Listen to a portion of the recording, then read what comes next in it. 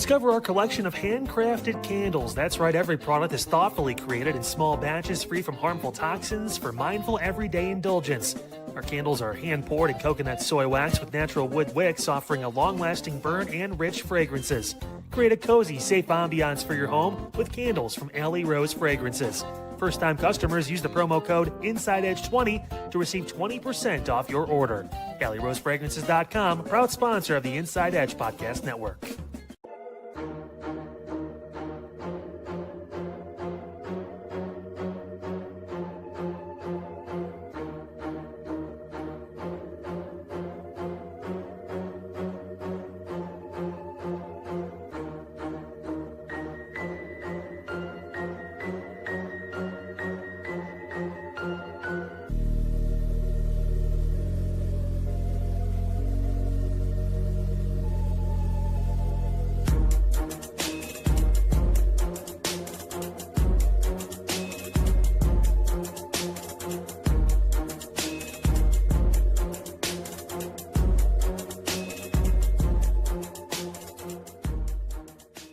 Fanatics isn't just our name, it's who we are. Loyal, passionate fans dedicated to our favorite teams and to the sports we love. That's why we're honored to be able to offer fans the world's largest collection of official sports apparel and sports jerseys from all the leagues, teams, and players you love.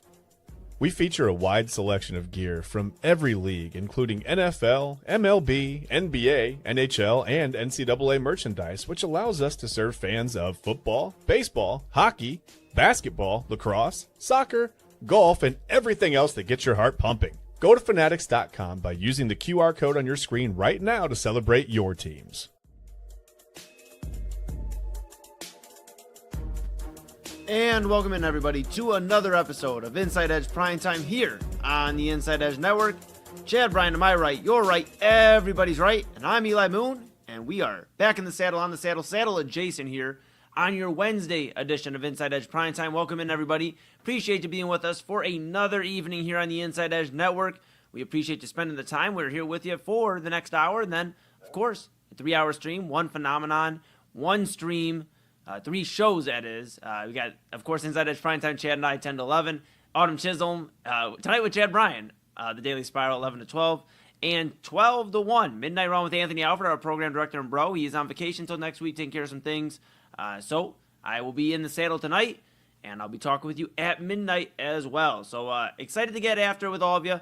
If it's your first time, hello. If you've been here before, welcome back. Make sure you like, subscribe, follow at Inside Edge Net on all the socials, YouTube, X, Facebook, Instagram, TikTok, all the great stuff, Twitch as well. Smash that notification bell so you know when we're going live.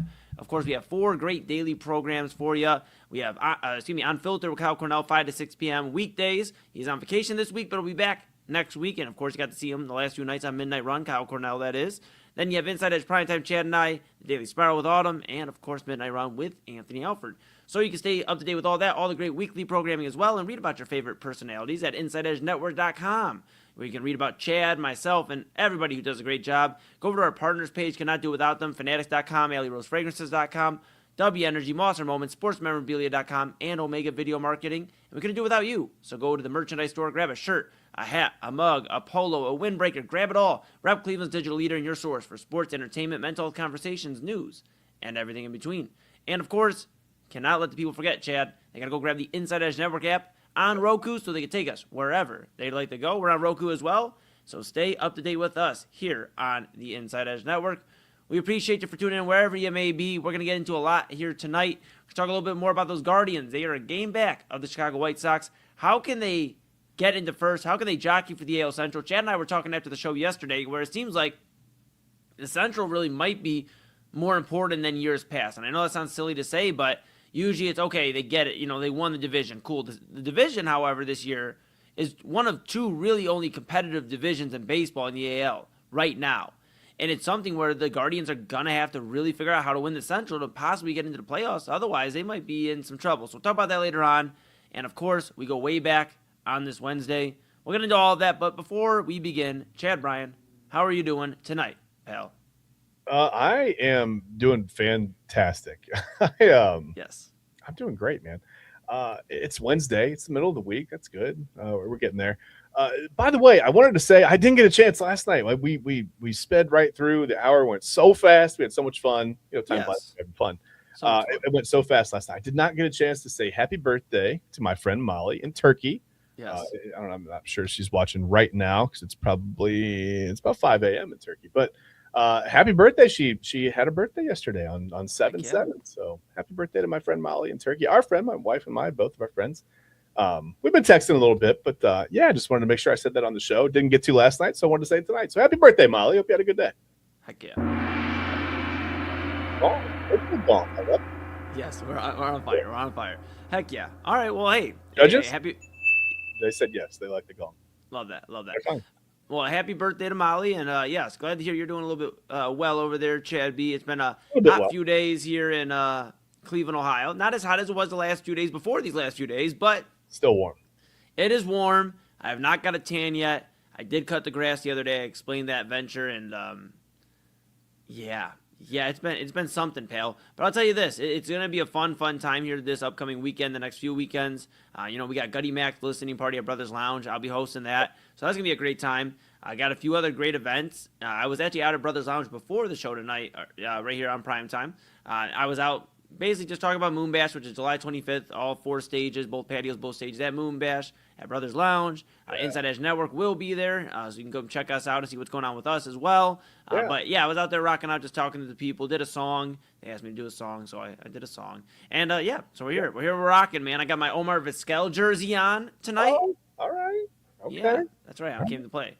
Going back to the 2014 Orange Bowl. It didn't go well for the Buckeyes, but I'm still wearing the shirt. That's okay. 2014's so obviously everybody that knows me knows I'm not the biggest Buckeye guy. Now I am because my little brother goes there, so I got a little bit of a soft spot. But 2014, not to age myself here, Chad, but I was a senior in high school. 2014 to 15, yeah. So that team, not necessarily because I know that was the year before, but the 2015 run. Cardale Jones and just the national championship. Well, I didn't think that the Ohio State Buckeyes could do it.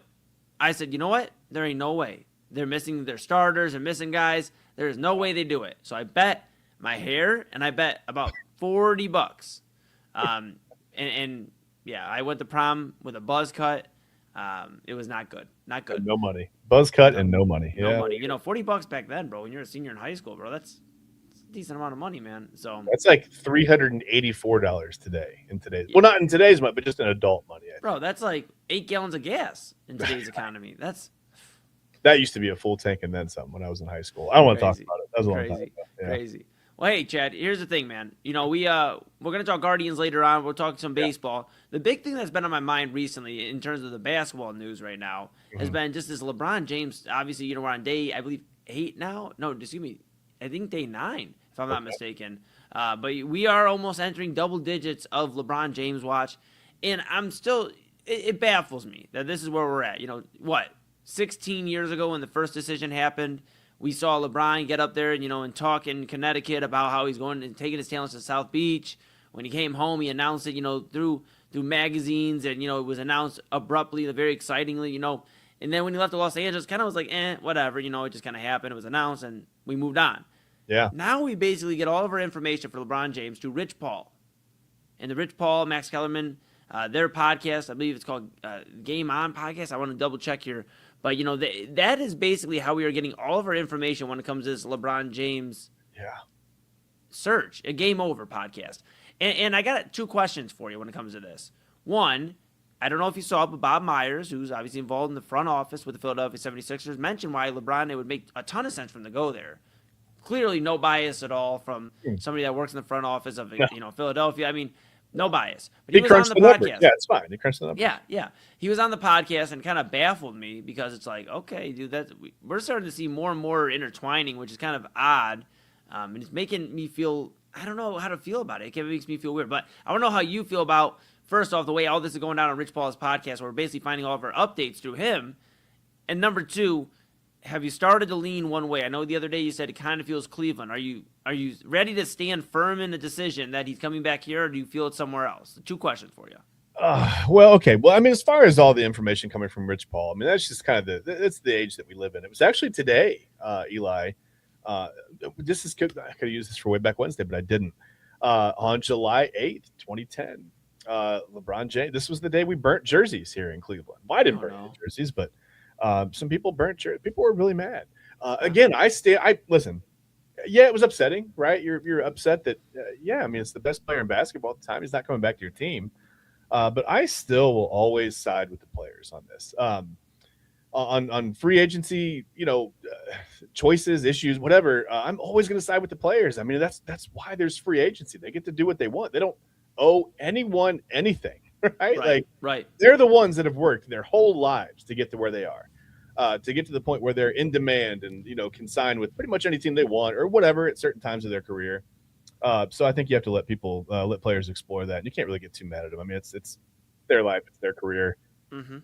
Not much you can really say about that. But yeah, as far as Rich Paul breaking all the news, I mean, that's just kind of the time that we live in, right? I mean, that's how we get our information now. We get it through influencers, right? Social media people, agents sometimes. I think about like the days when Scott Boras was like, nobody even knew what Scott Boras looked like, right? He just ran baseball with he was like Darth Vader behind the scenes, like ruining baseball slowly, whatever, just like signing free agents or whatever, but or not free agents, but signing players to his, to his agency, and then, essentially taking them out of the running for 10 teams because 10 teams wouldn't mess with Scott Boras. Right. So I don't know. I mean, it's just I guess it's the way it goes. I mean, things change. So yeah, if we're going to hear information from Rich Paul, we're going to hear it from Rich Paul, but that's whatever. I don't really have much of a thought on that. It's just, you get the information where you get it from. It's no big deal.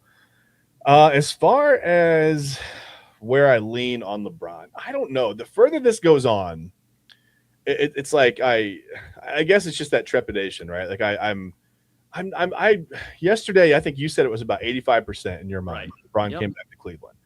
I'm probably above 80. I'm not quite at 85, but every day it goes down like 1.5%, right? Every time we hear someone come on, TV or our phone or wherever and make a case for LeBron going to a team like the Sixers, right? And then you look at it and you're like, yeah, that makes sense. Or the Heat or, Minnesota, whatever. Some of these places, some of these destinations seem to make some sense for LeBron. And listen, I get it. Everybody wants the story. Well, not everybody, but some people want that storybook ending. They want him to come back home, and coming back to Cleveland going nowhere guarantees a title. Okay, first of all, nowhere guarantees a title for LeBron. But it's not like he just comes back to Cleveland and, okay, now the Cavs are going to win a title. There we go. That's where I'm at. It's like him by himself maybe doesn't win a championship. I think that's why the Cavaliers have something up their sleeve. Like I said yesterday, the Donovan Mitchell signing, the 4-year extension. I'm glad you said sleeve, Eli. I wasn't sure where you were going. You said the Cavaliers have something up their sleeve, and I was like, I'm glad you said sleeve. Thank you. I'm very eloquent with my words most of the time, Chad B, and I try to be so tonight. But with that being said, I think the Cavaliers have something up their sleeve. They signed Donovan to a 4-year extension. $278, I believe, for Donovan. So that's a lot of money, and you're not going to invest that just to invest it. If you're the Cavaliers and you felt like you weren't going to be able to go make another title push with Donovan involved in some capacity, whether he is the leader of this team, whether he is the number 2 and he has to learn how to be a leader, or he's just cemented as a really, really good, if not great, number 2 option, then the Cavaliers feel some sort of future with him. Mm-hmm. So there's got to be some reason he's coming in. Coming back to Cleveland. Obviously, he'd be here this season, but to invest long term, is it the selling point of LeBron? And then after LeBron, we're going to continue to be aggressive and move pieces to get pieces around you? Like, what exactly is it that they told Donovan? Because it wasn't just, we really love you in Cleveland. And he didn't just go, I love Cleveland. As much as it wants to be made out to be by media outlets and the fans, yes, I'm not doubting Donovan Mitchell doesn't love Cleveland. Like, I'm sure he loves Cleveland. He has shown that time and time again. He's in the community. He's very immersed here in Cleveland. But they told him something, folks. There's no reason he would sign a 4-year extension, basically the rest of his prime, in Cleveland if they just said, and we're planning on running this back for the next 4 years. Right. Why would he sign up for that? So there's something. How Pat, we're going to stand, Donovan. Okay, yes. Sure, I'll sign. It's like, so maybe that's, something the Cavs know that we don't know in terms of, is LeBron, who comes with him? Is it going to be DeMar DeRozan being, the first guy off the bench, possibly, after you ink James Harden to a team-friendly deal? Do you go out and get Anthony Davis? Is Evan Mobley, is Jared Allen, are both those guys safe still at this point? You wonder. But one thing's for certain, after the weeks we've debated here on Primetime and across the network about Donovan Mitchell and his future, one thing's about as certain as you can say, and that he is in Cleveland's future for the foreseeable future. We won't be having discussions about who's Donovan going to get traded for. Yeah. Just simply because, one, they just signed it. There's some commitment level there. And two, a lot of teams don't want to take on that type of money to go into the second apron. The second apron has made trades in the NBA so much tougher. So Cleveland has made their bet essentially with Donovan. What they do around him now is to be seen. Yeah, hopefully they don't sleep. Yeah, I don't know. I don't know. I feel like some of these contracts they would be a harbinger of something, right? Now I don't know anymore in the NBA. It's really weird. I'm watching videos of all the jerseys burning, by the way. No, don't do it, buddy. I'm just remembering that time, man. You got to sometimes. I think you have to go back, even if the history's bad, Eli. You have to remember it, or you're doomed to repeat it, right? So maybe just by watching him take his talents to South Beach, 16 years ago, maybe that'll keep us from having that happen this year. But I don't know. I don't think that's how that works. But I don't know. I just like I said, every day that it goes on, I feel like the percentage of him coming back goes down a little bit, because if he were that sold on coming home, what would there be to listen to? But I do believe that he's listening, as he should. I don't have any problem with it. I don't think that, again, he doesn't owe us anything. He came back for the second run. It was a heck of a run, man. 4 straight finals appearances, a title finally here in Cleveland. LeBron doesn't owe anybody anything. I mean, it's up to him. I know people want to give you the ring chaser moniker or whatever, it's a hit on your legacy. I mean, at this point, I don't know. Does he care about his legacy? I think he just wants to play. I think he wants to be on a competitor. It doesn't really – it's not about, trying to build his legacy at this point. I mean, he's going to be 42 years old. I think it's just about like, hey, if I come back and play at 42 years old, I'd like to do something good for my son. It's nothing wrong with being a good father. And B, I'd also like to be on a pretty good team, because I want to play as much basketball as I can. I want to get as far as I can. I'd like to see the finals one more time. You know what I mean? Yeah. And he doesn't have to be the number one option. He doesn't have to be, the reason that team has been, dragged to the finals. He's not. This isn't 2007 anymore. It's not going to happen like that. But see, here's why I disagree. Because if it was just about happiness, he would have just stayed in Los Angeles and played with his son. How much more happy can you be as a proud father besides playing with your son? This is why I think the Lakers moved on from him. I think the Lakers were like, hey, listen. Man, you can say whatever you want and whatever, the court of public opinion will weigh on it, but you can say that you're not returning, but we're just we're done. Sure, but I think there's other options out there for him if it was just about being happy. I do think there's a tiny degree of, yes, he wants to be happy where he goes, but you know what makes LeBron happy? Being in title contention. So he's obviously he's looking, but I think in terms of legacy, because you had said something there about, he's not really worried about his legacy. And I disagree. I think he is. Otherwise, he would have signed somewhere. If he's not worried about legacy and just wanting to team up with somebody, whether it's Fresh or one of his bros, he would have already been in Golden State at this point, or he'd be out in Minnesota for that matter. He'd already be signed. There's something he's waiting to see, and seeing how these teams, these final dominoes, DeMar DeRozan, if Anthony Davis gets moved, Jonathan Kuminga's still out there. I think that, personally, bro, I believe that he is waiting on these types of moves and other moves and all the dust to settle so he can know who is going to put him in the best position to win a championship, because he's not naive to the fact that if he wins one more, first off in his final season, and he does it with either a different team or he gives Cleveland their second one, after coming back again, he's going to be talked about in terms of legacy greats. That's going to do something for your legacy. I do think he's weighing all that out right now. Otherwise, he would already sign somewhere. I believe there's other teams that could offer more money. There's other teams where he hasn't been in the different city, where he could just go kick it. I think there's definitely a lot being weighed into this decision for LeBron, because otherwise I don't think it would last this long. I think he's waiting for these other dominoes and everything else, but we'll keep an eye on it, Chad. We'll keep an eye on him. This guy definitely loves to make a story, and here we are talking about it almost, day 8, day 9 of this thing, so yeah, here we are. Day 8, day 9, year 20, yeah, here we are. Exactly. Well, here's what we're going to do, folks. We're going to let you grab some drinks, whatever you want to grab some caffeine, whatever you need. Grab your dinner, get ready wherever you're at. Chad and I are going to take a quick break here as well. When we come back, we're going to talk about the Guardians. They are a game back of the AL Central lead. The Chicago White Sox continue to show up despite Chad and I, and more so that guy on the right, you're right, everybody's right, saying that they wouldn't be here around this time. So we'll keep an eye. We'll see where they're at in a month from now and where they're at right now. We'll talk about the AL Central, talk about the American League, talk about some teams that have surprised us a little bit. I got a few for Chad I'm going to throw his way. And then later on, I throw Chad in the time machine he gets ready to go, and we're going to go way back Wednesday. So stick with us here. This is Inside Edge Primetime on the Inside Edge Network. That's Chad B. To my right, your right, everybody's right. I'm Eli Moon. We're back after this. Key On Sports is the leader in Ohio high school athletic coverage in written, print, and video streaming. From the latest news and results and written content to the high school football game of the week every Friday, Key On Sports has you covered. The vision of 15-time published author Vince McKee has become the most trusted site in Ohio high school athletic news. From podcasts to player profiles, Key On Sports is your one-stop for all of it. Visit them today at keyonsports.com or on YouTube at Key On Sports. Check out their socials on Twitter and Facebook as well. Clean energy, bold flavors, and no jitters. See why people won't shut up about Dubby. Clean energy, no jitters or crash. Whether you're starting your workday or getting ready to exercise, Dubby Energy helps you lock in and focus. With over 15 flavors to choose from, you can't miss. Order Dubby Energy right now by using the QR code on your screen and use the promo code InsideEdge10 to receive 10% off your order. Dubby Energy, your energy-focused sponsor of the Inside Edge Network, Cleveland's digital leader. Discover our collection of body mists made with clean, minimal ingredients. Handcrafted with natural essential oils and clean ingredients, they offer a natural alternative to synthetic fragrances. Perfect for sensitive skin and those seeking clean, mindful self-care, and the perfect gift for you or your special someone. Courtesy of Alley Rose Fragrances. First-time customers, use that promo code InsideEdge20 to receive 20% off your order. AlleyRoseFragrances.com, a proud sponsor of the Inside Edge Network, Cleveland's digital leader.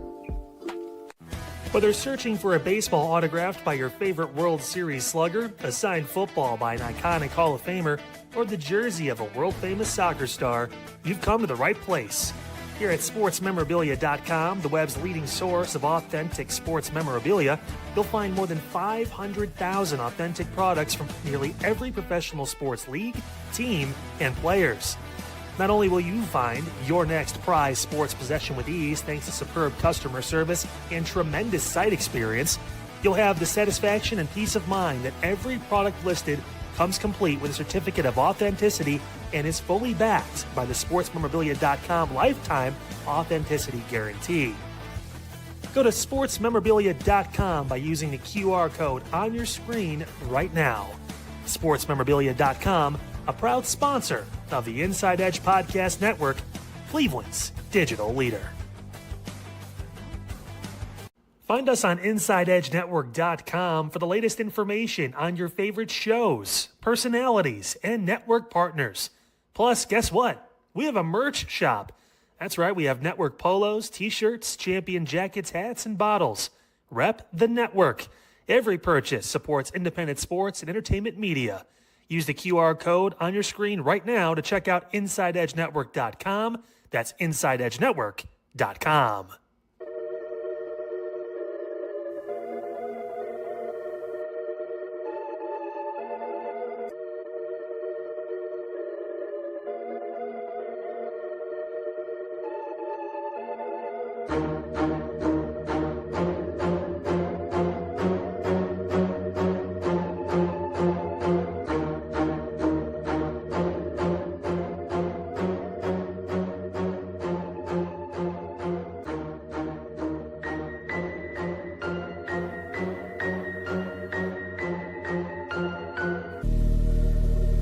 Welcome back to Inside Edge Primetime here on the Inside Edge Network. Chad Bryan, he's over there. To my right, your right, everybody's right. And I am Eli Moon. We are back in the saddle, on the saddle, saddle adjacent here on your Wednesday. Thank you for joining us. We got to cover some more LeBron. Where's that guy going? We're not sure yet, but we should have an answer here soon, folks. The latest LeBron has taken to sign. If you were wondering, for a trivia question at home, July 11th. July 11th. So keep an eye on all of that. Of course, if you're here for the first time, make sure you like, subscribe, follow at Inside Edge Net. Chad and I are here with you till 11. We have the Daily Spiral with Autumn Chisholm and Chad Bryan tonight, 11 to 12. And then Midnight Round with Anthony Alford. He's back next week. I will be filling in for the rest of the week. They're at midnight with you. So make sure you hit that at Inside Edge Net. Like, subscribe, follow YouTube, X, Facebook, Instagram, TikTok, Twitch, all the great stuff. Go to InsideEdgeNetwork.com, read about your favorite personalities like Chad and I. Go over to the partners page, our partners page, a lot of great stuff there. And, of course, the merchandise store. Grab something nice. Rep Cleveland's digital leader, your source for sports, entertainment, mental health conversations, news, and everything in between. And download the Inside Edge Network app on Roku. We're everywhere, so take us everywhere with you. Everywhere with the Roku app. All right, Chad B., you look like you're looking at the plans for space. Is that what you're looking for? Yeah, well, I'm looking at this White Sox roster, and I'm looking at, like, I just think you look so puzzled. Like, you looked like you were reading, like some serious science paperwork or something. You're like, and if you carry the 1, and then that's an imaginary number, so that's, and pi is greater than, yeah. Well, cookies are better than pie, but everybody knows that. Yeah, that's where I'm at. Right now, it's just that this is a team that should not be in first place in this division. Right. The pitching is pitching's okay. I mean, you got a couple guys going all right. You got a couple guys that have some home runs. Nobody really has an impressive OPS. Like, I'm going to maintain my statement. This team will not be here in first place in this position in August. You can only play over your head for so long. Ask Cal Raleigh. I mean, you can only do it for so long until the baseball gods will find you, Eli. I mean, baseball is a very humbling sport. They'll find you, and they'll bring you back down to earth with a thud, man. It'll happen. It's gonna happen. I mean, that's fair, but, like, buddy, I'm gonna be honest with you, and I definitely respect your baseball knowledge, but we said this back in April and, even May, that they wouldn't be here around this point, around the All-Star break, that they'd start slumping. And respectfully, pal, they haven't. And I'm a Guardians fan. I got my Vizquel on tonight. I mean, like, but it's starting to scare me. We were on the phone yesterday, not to peel the curtain back for a moment, but Chad and I discussed typically after the show. We get on the phone after 1 a.m. Once the midnight run responsibilities are done, we talk about the next day, so we can get ready for you guys and deliver you a great product. So I'm on the phone with Chad yesterday, and we're talking about these White Sox. I know you remember this. And we're talking about, and you said this, about how they're good. They're a good team. They're just ahead of the curve. But here's the thing. Maybe that's just where they're at. Maybe they jumped a year. This is the curve. And I know there's one-offs. The Cal Raleigh situation, you bring that up. There's teams that have one sparkling year, and then they kind of phase out, real quickly after. But exactly. But maybe this is the beginning of a White Sox run here. They got a lot of young talent.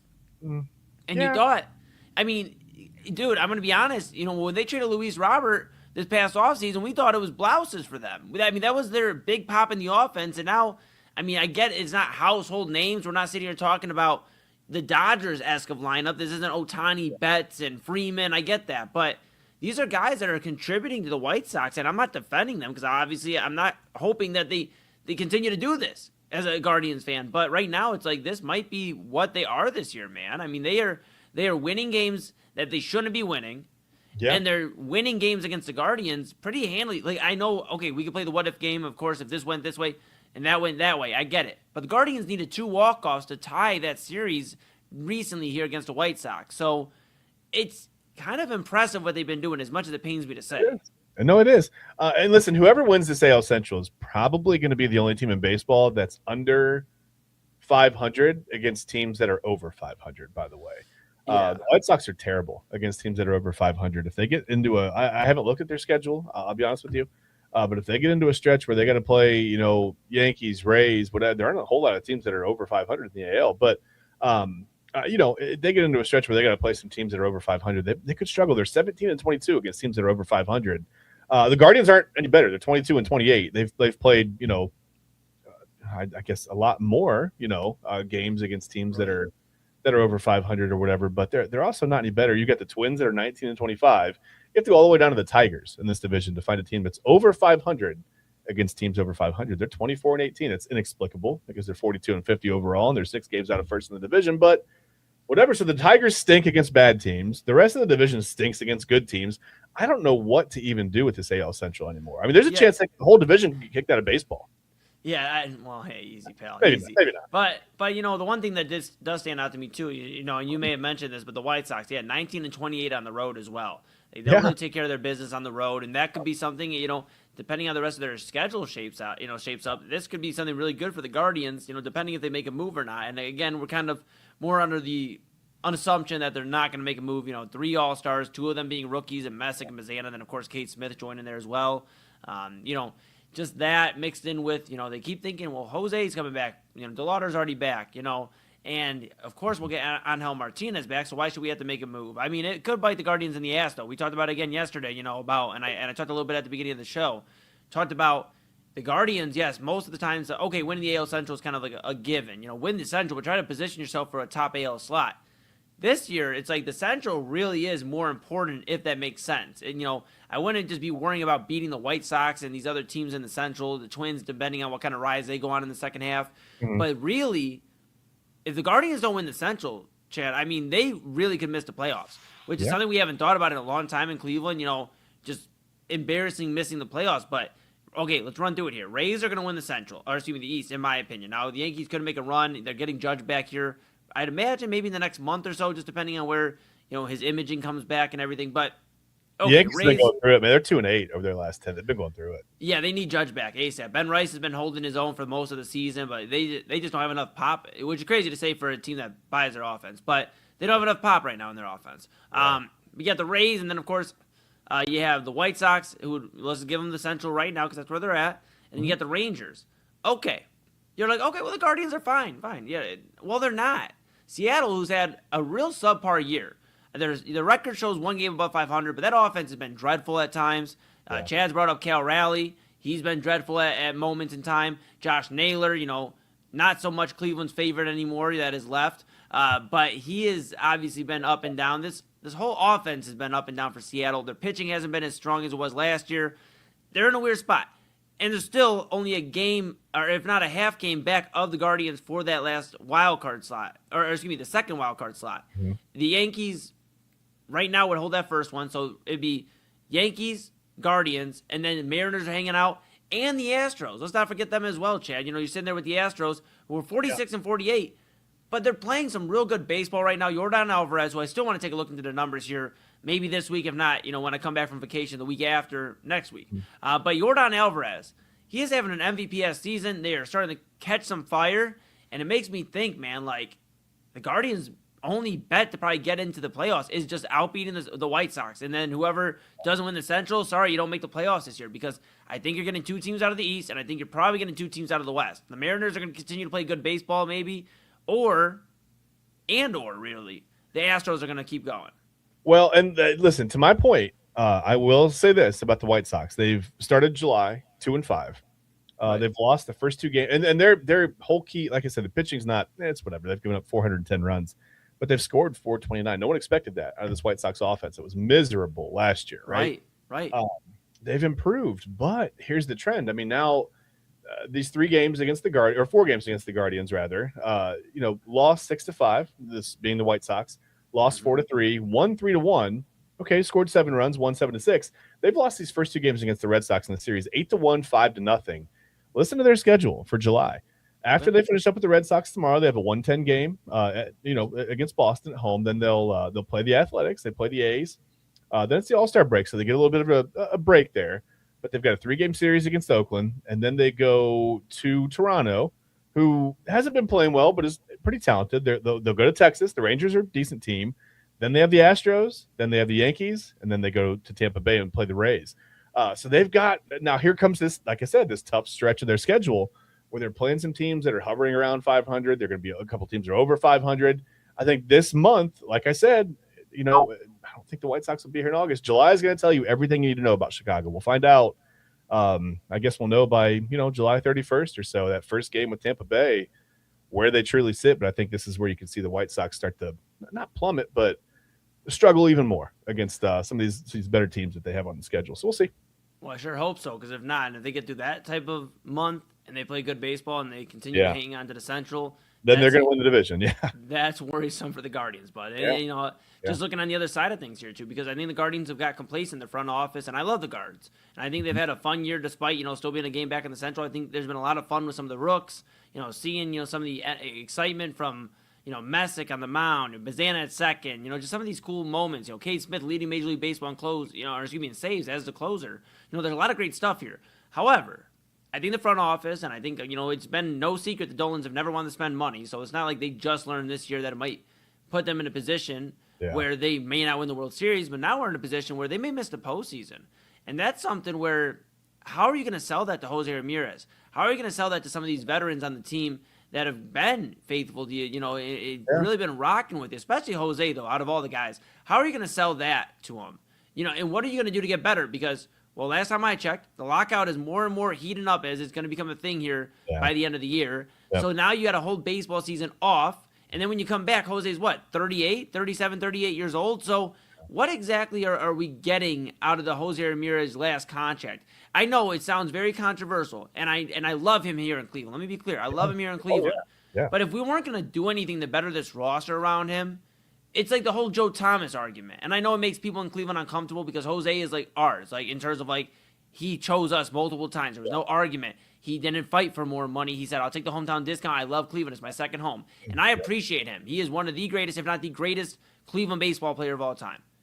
Yeah. But, man, I want to see the guy win, too. He deserves to go out there and get into a chance to win. And if it's not here, then maybe the Guardians after this lockout need to start discussing where Jose goes and finishes the last year or two. He can come back to Cleveland. He can retire a Guardian. You know, he can go into the Hall of Fame as a Guardian. But, you know, you owe it to him. It's like the whole debate, Chad, of Joe Thomas. And, you know, we just had the debate with Myles Garrett, and obviously he's now a Los Angeles Ram. But it's like if the Guardians are not going to take care of this roster the way they should, knowing that they have a future Hall of Famer on the roster in its final few years, then as a Guardian fan, that is the type of stuff that frustrates, and you wonder why eras after me. You know, I'm 28, and there's people even around me, my age, that aren't big Guardians fans, except for going out there and having a summer beer and enjoying the ballpark. Yeah. There's not that much of an excitement anymore because this is how they treat all of the greats that have been around since I've basically been watching baseball. CC Sabathia wins the Cy Young, Guardians trade him.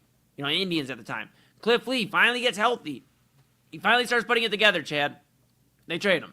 Back to back. Victor Martinez, longtime catcher, wanted to spend his last days here playing in Cleveland. They trade him to Boston, of all things. So it's just like, how much more can like my era and eras after take? Because, just to put in this context, and I'll hand it back to you, pal. But think about this. 2016, I was, not to make you feel old, I was 18 years old. 18 turning 19. Okay, yeah. I was 18 turning 19. But think about that, Chad. That's the last time that the city's been in the World Series. Yeah. What happens if another 10 years go by? Another 10. And people don't remember that. You know, we talk about how long it was for the World Series runs, and the 90s weren't that long ago. Yeah. But it did feel like a grip from 97 to 2016. If the Guardians can't get it together, I think they're taking Jose Ramirez for granted. And they're taking the fact that they've been able to coach up the farm system with the pitching prospects for granted. And they're not going for basically the finishing touch to bring it home. That's what frustrates me and a bunch of younger Guardians fans, in my opinion. I get it, and you're perfect. I think that's you're entitled to feel that way. I mean, I completely understand that. Sometimes I watch, and I know I'm a Braves fan, and I've seen a couple of titles in my lifetime, and whatever. But I've watched the Braves go through these points too, where they would spend the money, right? They'd go out and they'd fill the hole in the lineup, right? You need a big right-handed bat, you go get Gary Sheffield, and all of a sudden the offense is an absolute terror, but you can't get past the Cubs or the Astros in the first round of the playoffs. And these things, like going out and getting that guy does not guarantee a World Series appearance in baseball. That's the wild thing about it. And I think that's what the Guardians front office hangs their hat on. It's like, well, look at all the teams like the Rays who don't spend a lot of money and are consistently, contending for, playoff spots and World Series and the division, the toughest division in baseball, maybe, by the way. We thought it was going to be the NL East, but the Mets plummeted. I don't know what they did. They just started to Met very early this year. That's okay. Yes. But at this point, if I'm just to get back to the Jose Ramirez thing, if the Guardians were to trade Jose Ramirez, at that point, it would be a move solely for him to send him out and hopefully try to get him to a World Series. But again, you can't really guarantee that in baseball. All you've really got here with Ramirez, unfortunately, you have a little bit of an aging superstar, right? You got a guy who I mean, he can be the 3-hitter in your lineup. He's probably the best defender on the field. He can still steal bases at 33 years old. He was stealing bases before he got injured. We know that. He can run. But that's not going to hold up for very long, right? He's not going to be 36, 37 in 2029, 2030 and be putting up those numbers, the stolen base numbers and all that around, the all-around numbers like that. Right. Very friendly contract. I mean, obviously he's under contract through 2032 for $25 million a year. That's a bargain. That's more than a bargain for a guy like Jose Ramirez. But if they trade him, it's not going to bring back a ton in assets. It's just not. It's not even to bring him back for assets. It's just doing right by him, and whether that's doing it right by him here and I understand, the discussion of well, the Guardians can hang their hat on. They don't trade a lot of times, and they still end up in the playoffs and make a deep run. I get that. But, Chad, and I know they struck out before, and I know the lockout impending. The best Guardians team that I can remember, the most talented, was when they went out and traded for Edwin Encarnacion. Or, sorry, they signed Edwin Encarnacion, big contract. I think it was $60 million.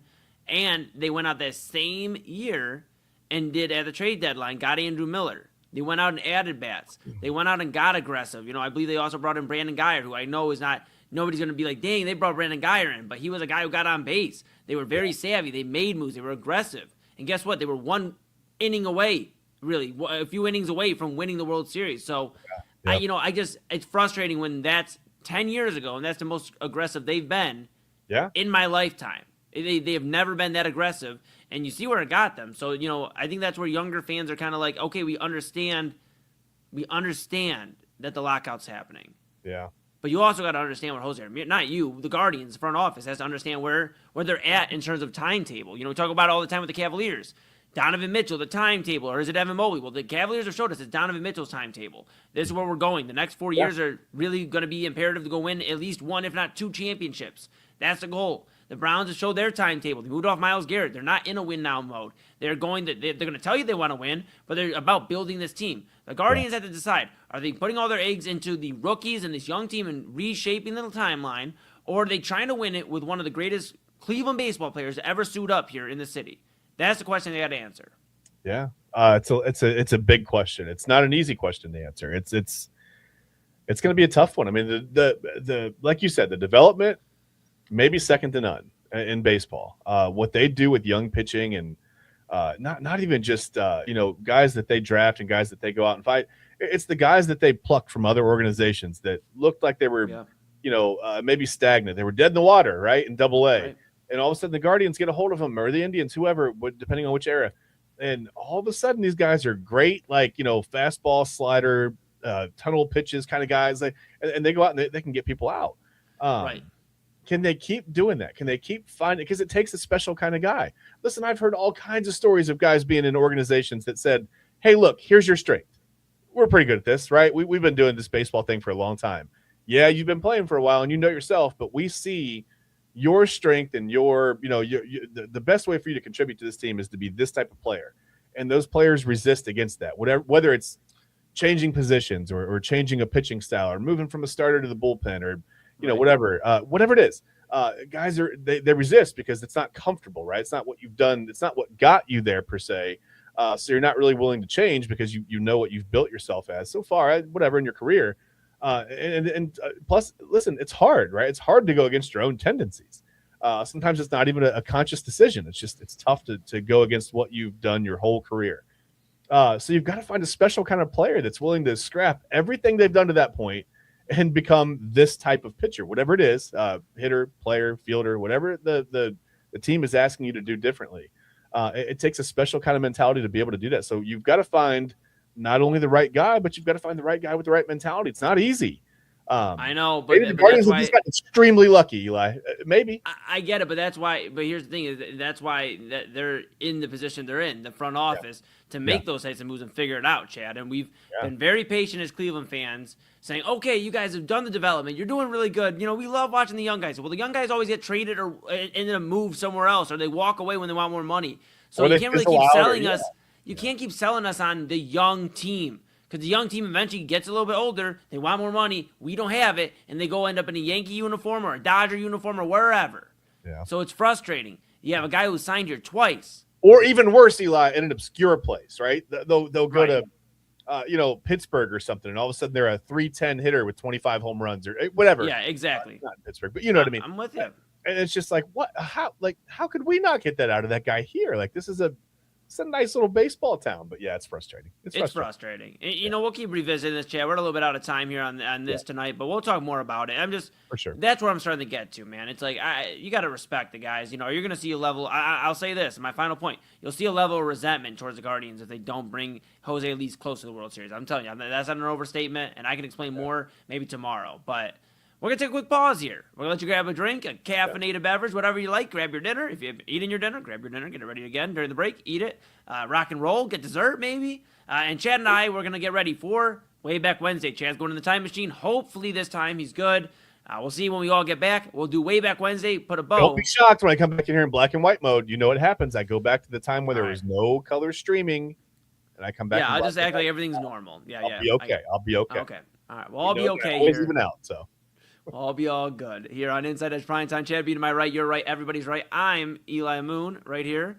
And this is Inside Edge Primetime here on the Inside Edge Network. We're back after this. Fanatics isn't just our name, it's who we are. Loyal, passionate fans dedicated to our favorite teams and to the sports we love. That's why we're honored to be able to offer fans the world's largest collection of official sports apparel and sports jerseys from all leagues, teams, and players you love.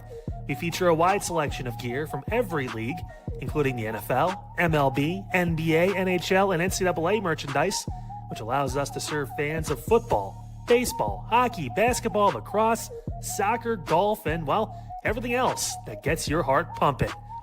Go to fanatics.com by using the QR code on your screen right now to celebrate your teams. That's fanatics.com, a proud sponsor of the Inside Edge Network, Cleveland's digital leader.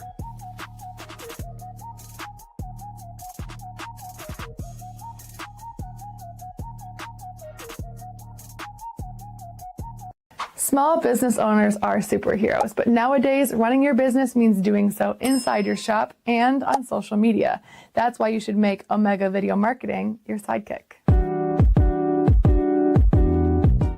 With a decade of content creation experience, I create dynamic, informative, and fun videos for your specific social needs that will increase brand awareness, get you more followers, and keep your social pages and websites current and fresh. I offer flexible pricing and turn times and will work with you to understand your brand and your story. All of that comes from the heart. My award-winning expertise is just the cherry on top. So let's get connected. After all, your brand is the alpha and my expertise is the omega. Discover our collection of handcrafted candles. That's right, every product is thoughtfully created in small batches free from harmful toxins for mindful everyday indulgence. Our candles are hand-poured in coconut soy wax with natural wood wicks, offering a long-lasting burn and rich fragrances. Create a cozy, safe ambiance for your home with candles from Alley Rose Fragrances. First-time customers use the promo code InsideEdge20 to receive 20% off your order. AlleyRoseFragrances.com, proud sponsor of the Inside Edge Podcast Network.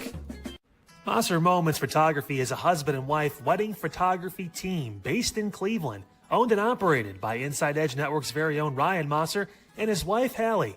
For the past 10 years, they've captured more than 100 weddings across Northeast Ohio and beyond, always working together as a true two-person team. Their style centers on authentic, emotional storytelling, documenting the real moments between two people in love and creating images that feel natural, comfortable, and true to the couple.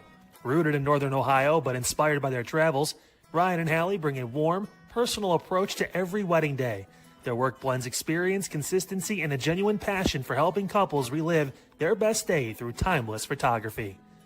Learn more at MosserMomentsPhotography.com by using the QR code on your screen right now. MosserMomentsPhotography.com, a proud sponsor of the Inside Edge Network, Cleveland's digital leader.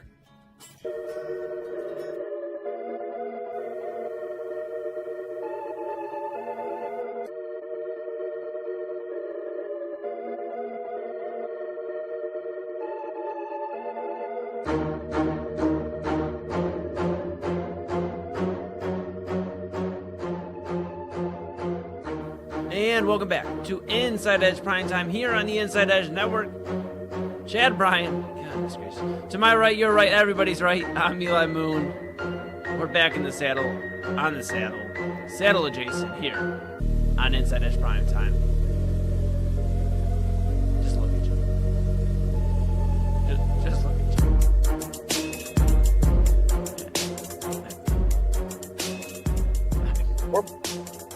No. Feels weird. Feels really weird. Yeah, dude, how do you explain it? Let me ask you this before we get into it. I know we're short on time. Let me ask you this. What happens if, like, Mrs. Bryan or, like, you know, one of the kiddos walk by and see you like that? I haven't really had to worry about that yet, so I'm just going to go for just plausible deniability. I don't know. Okay. It's not really plausible because I know about it, but I don't know. I'm just going to hope it never comes up. I just never have to explain why I'm not in color. I don't know. Well, anyway. All right. Yeah, just get after it. Yeah, you look great, pal. Go ahead. I appreciate you. I feel very like my three sons, Donna Reed. An Dick old Van school Dyke Disney era. movie, like the Yeah, Mickey Mr. Mouse Ed. run. Yeah. Yeah, feeling pretty good. right. It's Wednesday. That means it's time for Wayback Wednesday. Eli, we got to go to Wayback Wednesday. We got to get the 50s thing going on. Anyway. Working on it. Got you. Anyway. Well, okay, so there was a lot of stuff to choose from. I didn't know how to. It was actually nothing groundbreaking today. Nothing like, nothing that centered around any, formative days of our country or anything like that. Oh, wait, there was this one thing. Back on this day in 1776, the very first public reading of the Declaration of Independence was given by Colonel John Nixon to an assemblage of citizens in Philadelphia, which is clearly signed that LeBron James is going to sign with the Sixers. No, don't say that. Chill, right? dude. That was all I know is this is the LeBron Easter egg. He went back and made sure this happened. That's a lot of reading, dude. That's a lot of reading, man. Like you could have done like 7-Up, whatever, heads up 7-Up or something, like, calling the next reader, like, popcorn, that's what they called it. Popcorn, you could have been like, hey, I read the first 10 paragraphs, and now we'll go to Colonel so-and-so. For like, goodness gracious, give Mr. Nixon a break. I know. It's a lot of reading. I hope he had water. There was probably a lot of going on that day, I would imagine. But, yeah, 1776. All right. And just in case you haven't had enough of Philadelphia yet, Eli, let's fast forward a little bit to 1835. Okay, all right. Listen, the Liberty Bell cracks again in Philadelphia. What? They say likely while tolling for George Washington's birthday, creating the famous fracture that you see right there on the front that actually prevents it from ringing today. That's why we don't ring the Liberty Bell anymore, because if we did, it would just shatter and fall to pieces, and then LeBron would never sign in Philadelphia. So someone please ring the Liberty Bell if we want him back in Cleveland. Yeah, I mean, this is honestly one of the cooler artifacts or what monuments, whatever you want to call it here in America. Pretty epic. So a fun fact, I don't know if it's fun necessarily, but I've never been to Philadelphia. Okay. I've been to Pittsburgh. I covered a UFC event out there. Got to spend some time in Pittsburgh. Beautiful city. I know we don't root for the Steelers obviously here, but love Pittsburgh.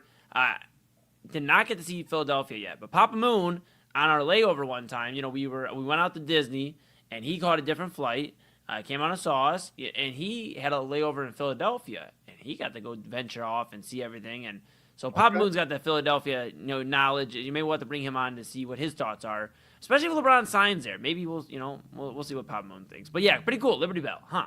Sounds good. Are we sending Papa Moon out to Philadelphia if LeBron? Maybe if we send, that's what I was thinking. I just didn't develop the entire thought right there, but I just feel like if we send Papa Moon out there to like battle as the Cleveland representative. Live look, I've been to InsideEdge Network. It's Papa Moon. Right? Yeah, like I've been to Philadelphia, and it's not, look, like, I could tell you Cleveland's better. If Papa Moon goes out there, he'll be like, look, love you, LeBron. And then we got him. Yeah, that's it. Love you, LeBron. And he's like, you know what? I'm going to change my mind. Well, listen, we talk about pitchers being soft a lot these days, right? They don't finish games anymore. Yeah. They don't throw 12 innings. They don't throw 194 pitches. They don't throw both games of a doubleheader. Well, then you got to start calling boxers soft, because in 1889, on this very day, on July 8th, 1889, Eli, the very last bare knuckle heavyweight bout was it took the last sanctioned bare knuckle bout. There've been a lot of bare knuckle bouts all over the country since then, but the last sanctioned one took place. There you see it. Jake Kilrain's trainer throws in the towel, right? John L. Sullivan wins the fight, because Kilrain just couldn't go anymore after the 75th round, Eli. What? I get it. It says 1 minute. Doesn't matter. 75 rounds. How long were these fights? This is like 2 hours between, you got you're between never. That's crazy. What is going on? 75 rounds. 75 is a lot, dude. How long was it scheduled for? I didn't look up to see how long. He threw in the towel after 75. Were they going for 80, 100? No, maybe 100. Maybe 100. Goodness, man.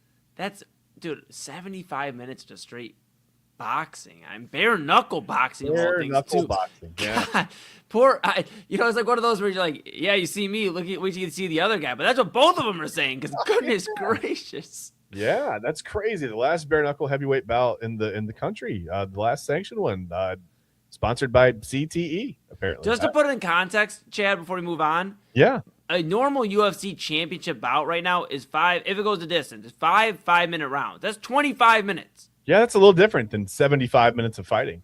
Yeah. It's different. They did 3 championship full bouts. Yeah. Honestly, kill reign unacceptable. Get back up. Yeah, bro. At least go 80. Like soft. Come on, man. Soft. Well, whatever. We're gonna stay in the 1800s. Okay.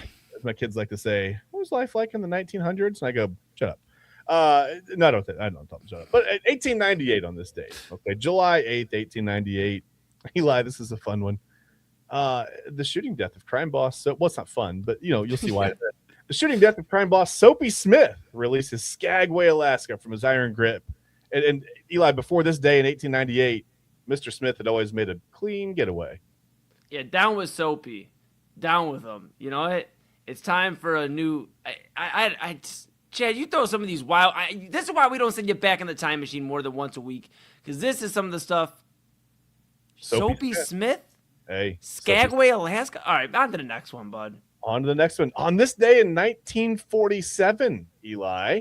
Okay. Look at this. Reports are broadcast that a UFO has crash landed in Roswell, New Mexico. And somehow I can't help but think that this is how we got Corbin from Love Island today. I think that this is the origin. This is Corbin's origin story. He probably thought that UFO crash was pretty neat. Pretty neat. It was neat. Very neat. Yeah.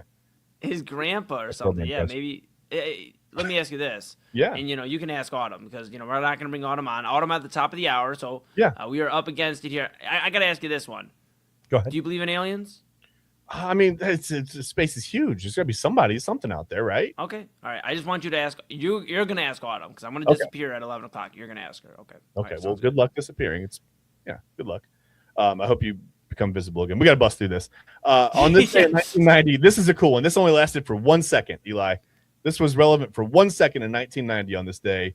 Oh, my God. On 1990, it was 12:34:56 on 7/8/90, giving you the run of 1, 2, 3, 4, 5, 6, 7, 8, 9, 0, a once-in-a-lifetime moment back in 1990. Amazing. Well, right. Just look at time. Time we're running out of. Yeah, we're running out of it fast. It's going really fast. In 1996, the Spice Girls released the British girl group, the Spice Girls, released their debut single, Wannabe, in the UK. Okay, that's a banger. That's a certified banger. If you want to be my lover, don't ask me for gas money. I think that was one of the lyrics of that song. I think that's how that. I'm not sure. And don't be a married pastor. Yeah. Yes, don't do that. Nope, don't do that. Yep. Don't do that. I think Autumn's got the volume down on her end. She don't want to hear us more than she has to. No, she's not acknowledging that. In 1999, on this date, look at this. Harry Potter and the Prisoner of Azkaban, the third book in the series by J.K. Rowling, was published in the UK. Not to fear, she wasn't done. 1 year later, on the same day, the fourth book, Harry Potter and the Goblet of Fire, was published in the UK and the US by Scholastic there. Bloomsbury in the UK, Scholastic in the US. That's dope. And that's cool. That's all I've got for you today. That's pretty cool, man. I'm not gonna lie. Prisoner of Azkaban's where I stopped watching the movies. Okay. I still love Harry Potter. I should go back and revisit them. Yeah, my daughter loves them, man. She's read the books a couple of times. She loves them, man. She absolutely loves them. So I'm gonna bring us back here, but bring us back. Hey, yeah, man. Hey, welcome back. You look great. You look great. You always come back, man. I always bounce back. But you know what? Oh, Rents do. Well, we don't got it. We don't have it. But you know what? Yes. Smart. Okay, Fashion Chad. You're Fashion Chad tonight. Okay, all right. Here's what we're going to do. I'm going to disappear. I'll be back at midnight with the people here for Midnight Run, filling in for Double A Anthony Alford. You're going to stay there, and then you at home, right there, over there, all across the masses of the world. Stay there. Autumn Chisholm coming up at the top of the hour. We're going to have station identification, and then your favorite, The Daily Spiral, with Autumn and Chad. I'll see you guys at midnight. Yeah, that's all I got for you.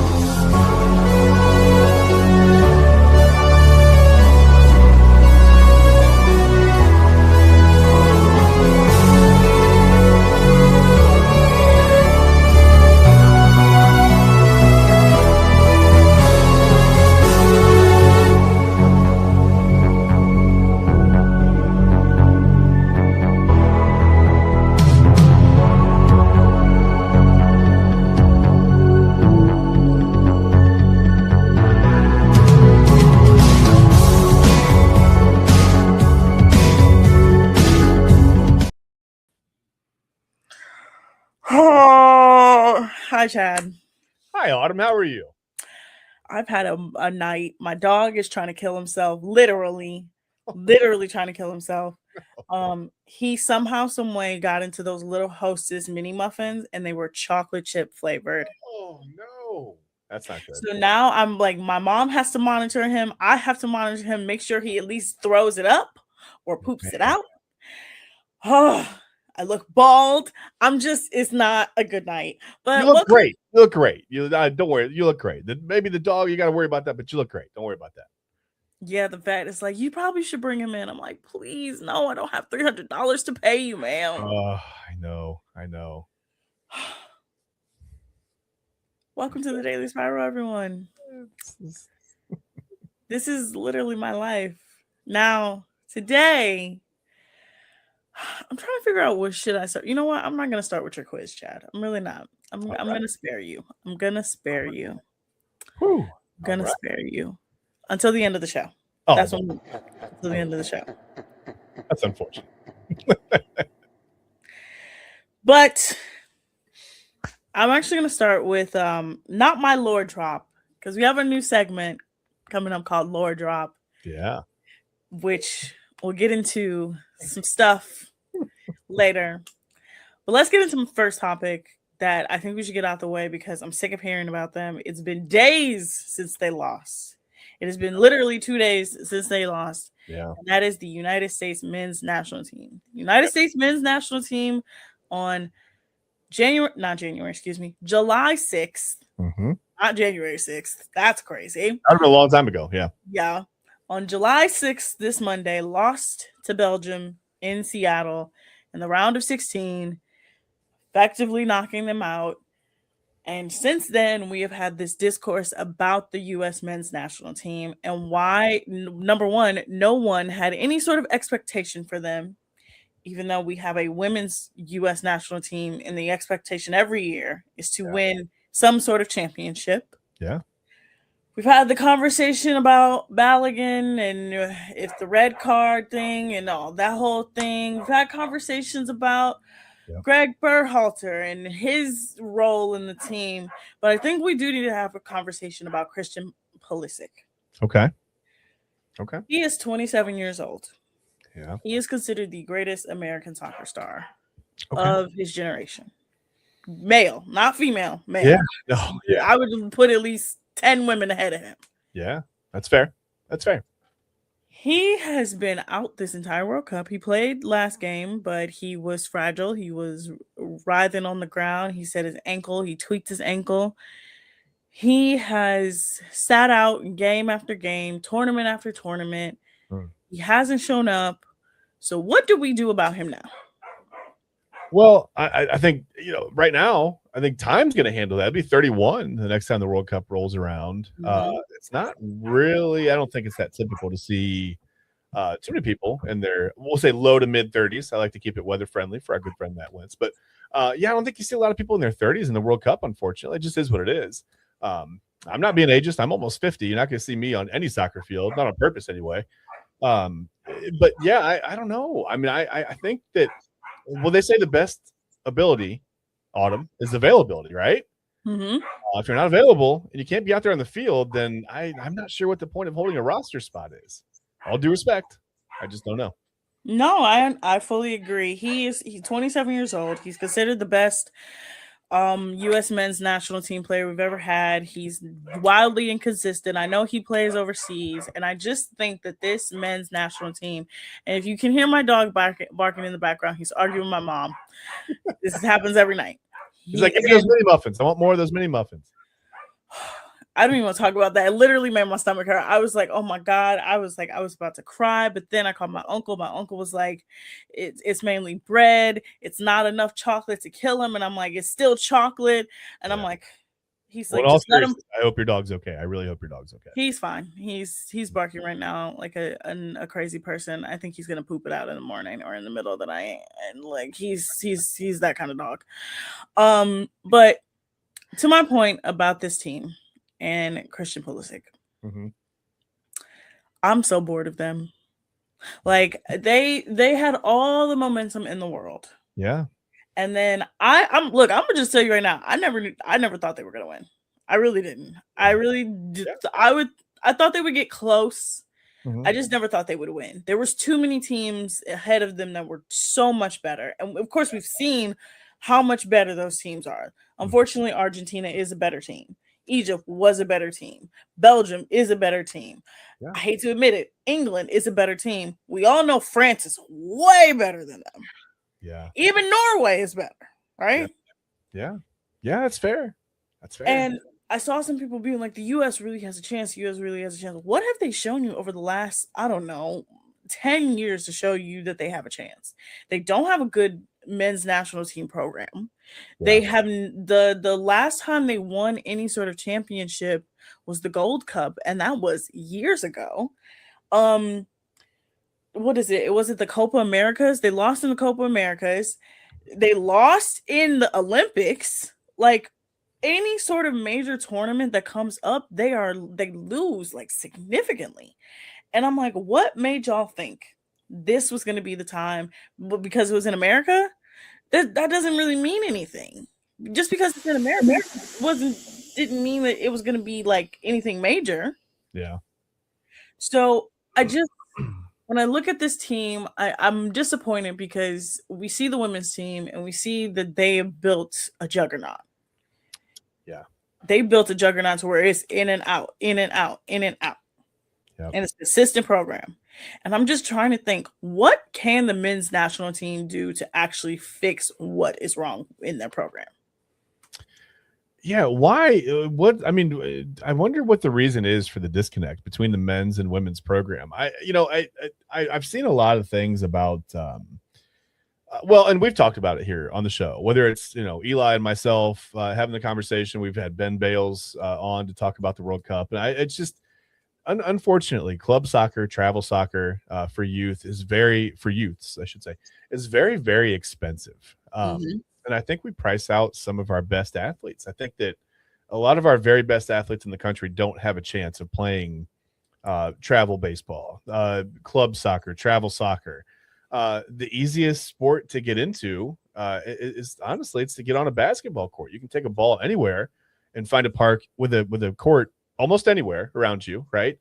And you can go to a gym, whatever. You can go somewhere and play, and it doesn't cost a ton of money. I mean, yeah, you can get into the AAU stuff, but I still think AAU basketball comparatively is a lot less expensive than travel baseball, and even like, hockey's ridiculous, right?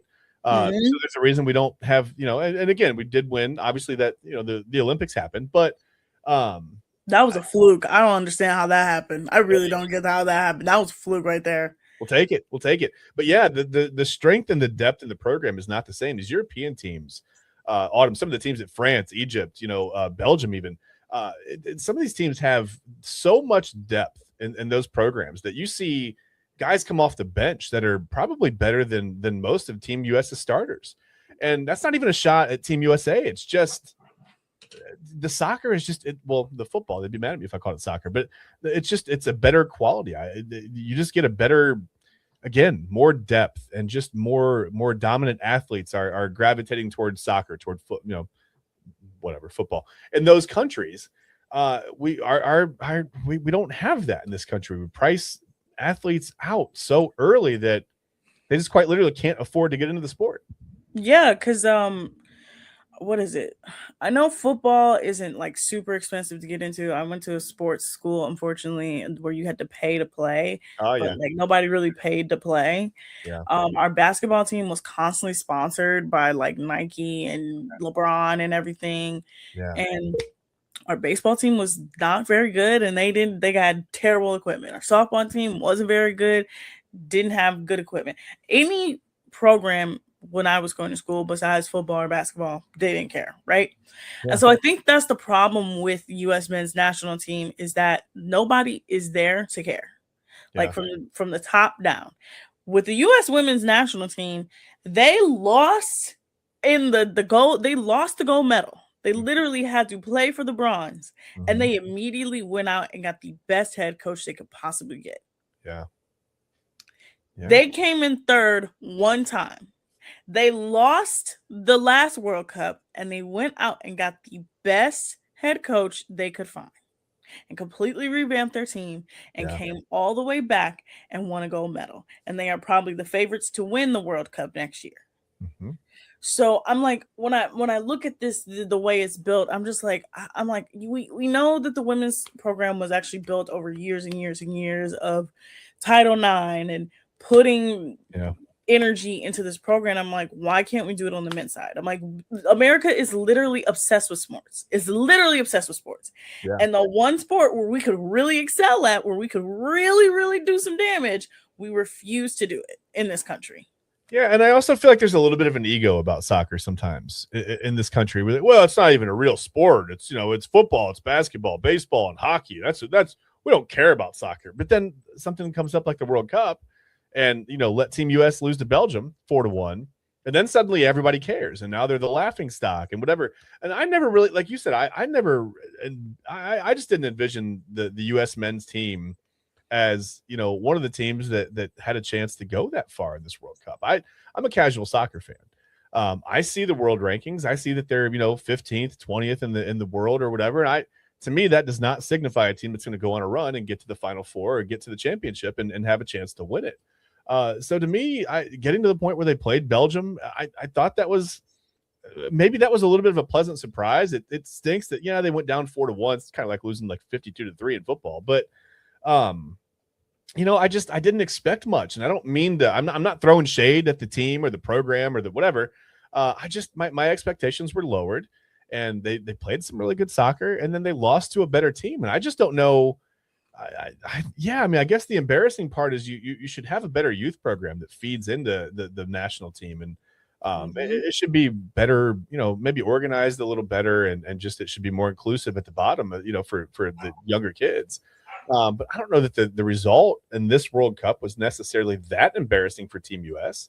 No, it really wasn't. I've seen so many people be like, the US should be embarrassed. I'm like, y'all, half the people watching the World Cup didn't even know that we had a team. Right. Didn't even know we had a team. Right. Then when they found out we had a team, they latched on to a player because a girl in the TikTok comments was like, yeah, my little brother's on the team. And it became the team that has Diamond's little brother on it. Literally, like the team literally wasn't taken seriously by their own country. And because they got out of the round of 32, everybody was like, oh my God, they're going to make a run. I'm like, you guys have to realize they would have to go through Belgium, Norway, Argentina, England, Mexico, Spain, all these other teams that I'm like have really, really good national team programs that really invest in soccer, that really, really, really do a good job of like creating national pride. And look, I don't even like Argentina, but you can't knock them and say that they have a bad soccer program. No, they literally have the best soccer player on the face of planet Earth. Yep. And he's pushing 40, still playing the best soccer of his life. Yeah. But yeah, that's honestly all I really want to talk about with the men's national team. I'm done with them. We're done with the World Cup. The World Cup ends, I think, next week. Yeah, next Sunday, and we have it's gonna be big. It's gonna be huge. They have a whole halftime show and everything. They have, I think, it's Shakira, BTS, Madonna, and then Justin Bieber, which just announced. So that's the World Cup. When we come back from break, I will drop some lore of my life. I know I've been telling embarrassing dating stories. I had them pick which one they wanted to hear today. There was a vote. There was a vote. You will hear the results of that vote right after the break. You guys are watching the Spiral here on the Daily Spiral here on InsideEdge Network. Key On Sports is the leader in Ohio high school athletic coverage in written, print, and video streaming. From the latest news and results and written content to the high school football game of the week every Friday, Key On Sports has you covered. The vision of 15-time published author Vince McKee has become the most trusted site in Ohio high school athletic news. From podcasts to player profiles, Key On Sports is your one-stop for all of it. Visit them today at keyonsports.com or on YouTube at Key On Sports. Check out their socials on Twitter and Facebook as well. Clean energy, bold flavors, and no jitters. See why people won't shut up about Dubby. Clean energy, no jitters or crash. Whether you're starting your workday or getting ready to exercise, Dubby Energy helps you lock in and focus. With over 15 flavors to choose from, you can't miss. Order Dubby Energy right now by using the QR code on your screen and use the promo code InsideEdge10 to receive 10% off your order. Dubby Energy, your energy-focused sponsor of the Inside Edge Network, Cleveland's digital leader. Discover our collection of body mists made with clean, minimal ingredients. Handcrafted with natural essential oils and clean ingredients, they offer a natural alternative to synthetic fragrances. Perfect for sensitive skin and those seeking clean, mindful self-care, and the perfect gift for you or your special someone. Courtesy of Alley Rose Fragrances. First-time customers, use that promo code InsideEdge20 to receive 20% off your order. AlleyRoseFragrances.com, a proud sponsor of the Inside Edge Network, Cleveland's digital leader. Whether searching for a baseball autographed by your favorite World Series slugger, a signed football by an iconic Hall of Famer, or the jersey of a world-famous soccer star, you've come to the right place. Here at SportsMemorabilia.com, the web's leading source of authentic sports memorabilia, you'll find more than 500,000 authentic products from nearly every professional sports league, team, and players.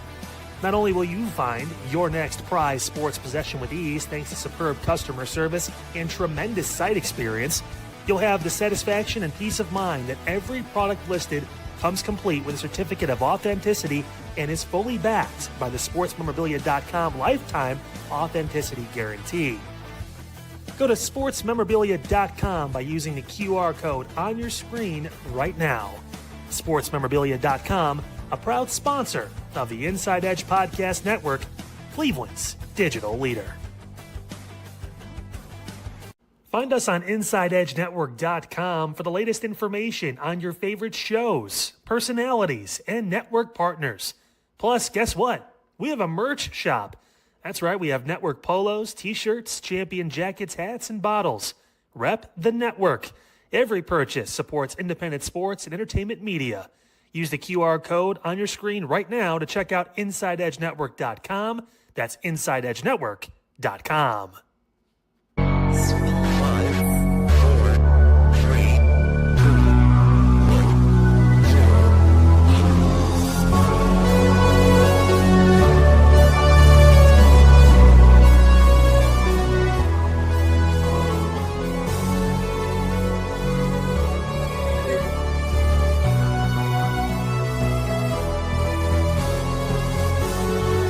All right, welcome back to Daily Spiral, everyone. It's time for a lore lock. Now, what is this?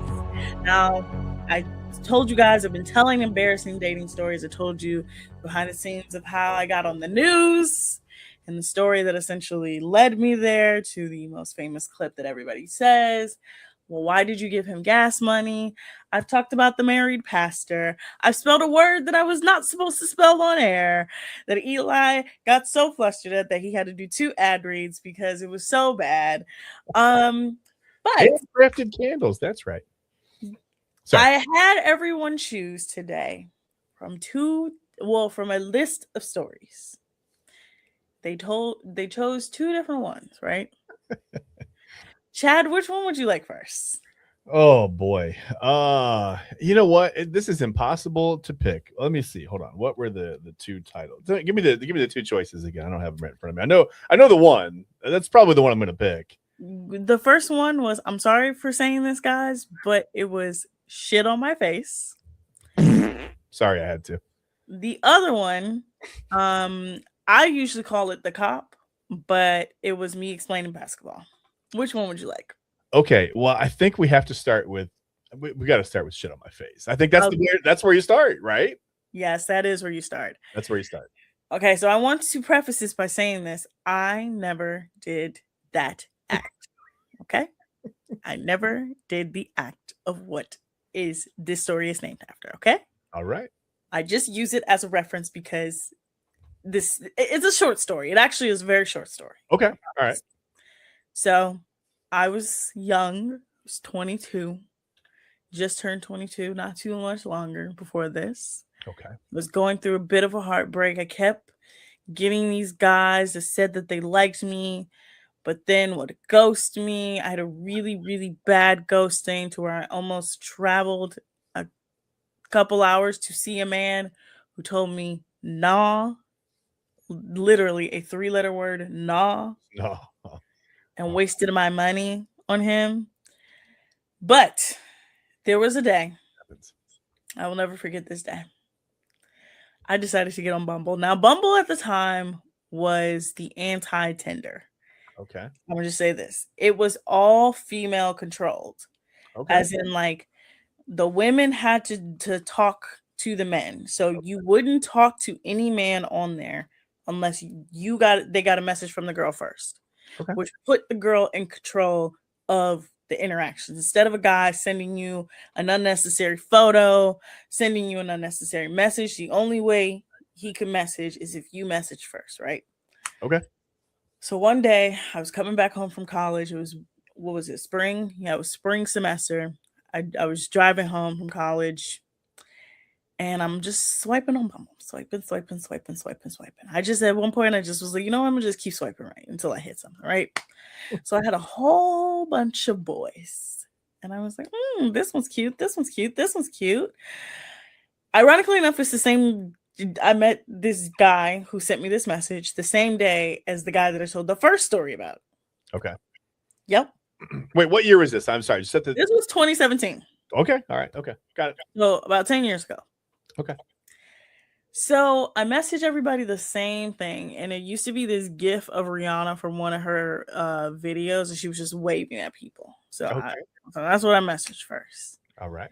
And we're just talking back and forth. Normal. And then he asked for my Snapchat. And I'm like, oh, okay, cool. Like, I'll give you my Snapchat. All right. I have nothing to hide. All right. This is where it all goes downhill. So I'm in the movie theater. I'm watching Guardians of the Galaxy Part 2. I look down and I see this message. I'm like, what's going on? I click on it. I promise you, the words that he spoke, I said, you serious? All the message said was, shit on my face. I said, huh? He said, you heard what I said.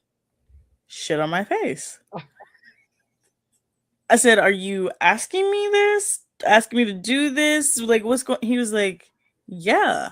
Okay. I was hoping maybe there was like like he sent you a selfie and was like, do I have any like shit on my face? No. All right. Okay. He said, shit on my face. And I'm just so caught off guard. And I'm like, why would you want to do this? He was like, I've always wanted to do this. I'm like, so you want me to shit on your face? He said, yes. I never talked to him after that day. I literally never talked to him again after that. Yeah, I think that's, and I said like sometimes you're swiping on these apps, right? I don't know. I haven't dealt with dating apps. I've been married for so long. I think some of these guys maybe need to worry about wiping from like the bottom to the top. That's crazy. I listen. So it went from like, hey, what's your name? Send me your Snapchat, whatever. What do you like to do? Long walk. Didn't even get to what do you like to do. It was literally just shit on my face. Shit on my face. Wow. Okay. Well, listen. The good thing about this, there's one good thing. He was up front. Mm-hmm. Well, I guess he was out back, but whatever. Doesn't matter. He's up front and he's honest about what he wants and he's not afraid to say it. And sometimes guys will beat around the bush. I'm trying to use my words carefully. Sometimes they just won't say what they want, right? At least he was not afraid to say what he wanted. Autumn is that like that's somewhat redeeming? No, he asked me to shit on him. That was the end of the conversation there. The fact that he even asked me and thought that was a possibility was crazy. Now, the second story, Lord. How many times do you think that worked for him? None. There's no way that a girl was like, you know what, I'm going to shit on your face. No, it was just so abrupt too. I always think about it. It was so abrupt. It was just shit on my face. And I'm like, what is going on? With a question mark? Like shit on my face? No, No, Nope. just Just shit on my face. Okay. All I right. used to have the messages. I don't know where I put them. I don't know if I deleted them or sent them to one of my friends, but I used to have them. So second lore drop. All right. All right. Now I call this story usually the cop Okay. because this man was a cop. Okay.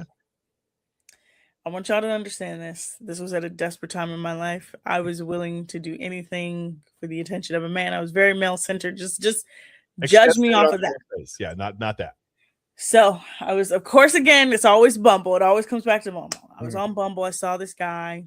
I thought he was like moderately attractive. I'm like, okay, you're kind of cute. We start talking back and forth, and he invites me over his house. At this time, this is about, what is the year that Virginia won the national championship of basketball? Oh man, I'm gonna have to look it up. You're gonna make me look it up. Hold on 1 second here. Because I'm gonna just let you know that's the night that this happened. Okay. It was the night of that Final Four game. So I'm talking to him, and this was at my hookup time. I had very interesting phases in my dating life. I had like I want to latch onto you, I want to be in a relationship, and then I had my hookup phase, and then I had my I don't really care. Okay. So this was 2019, by the way. This was April 2019. Okay. Yes, this is literally April 2019. So me and him are talking. I'm like, and he's like, okay, you can come over. You can actually stay the night. I was like, oh, sure. Again, I had zero regard for anything. My personal safety, nothing. So I go over this man's house. Now, before I go over this man's house, I had strict rules. Okay. You had to have a bed. It's fair. You had to have a headboard. Okay. You had to have a mattress. And you had to have a box spring. All right. Okay. All right. And you had to have at least a duvet cover with multiple pillows. Reasonable. Right? Reasonable. Yeah. So I'm thinking he's a grown adult man. He's in his 30s. I'm still in my 20s. I'm like, oh, okay, I'm going to go over this man's house. He's like, okay, I got to tell you something before you come over.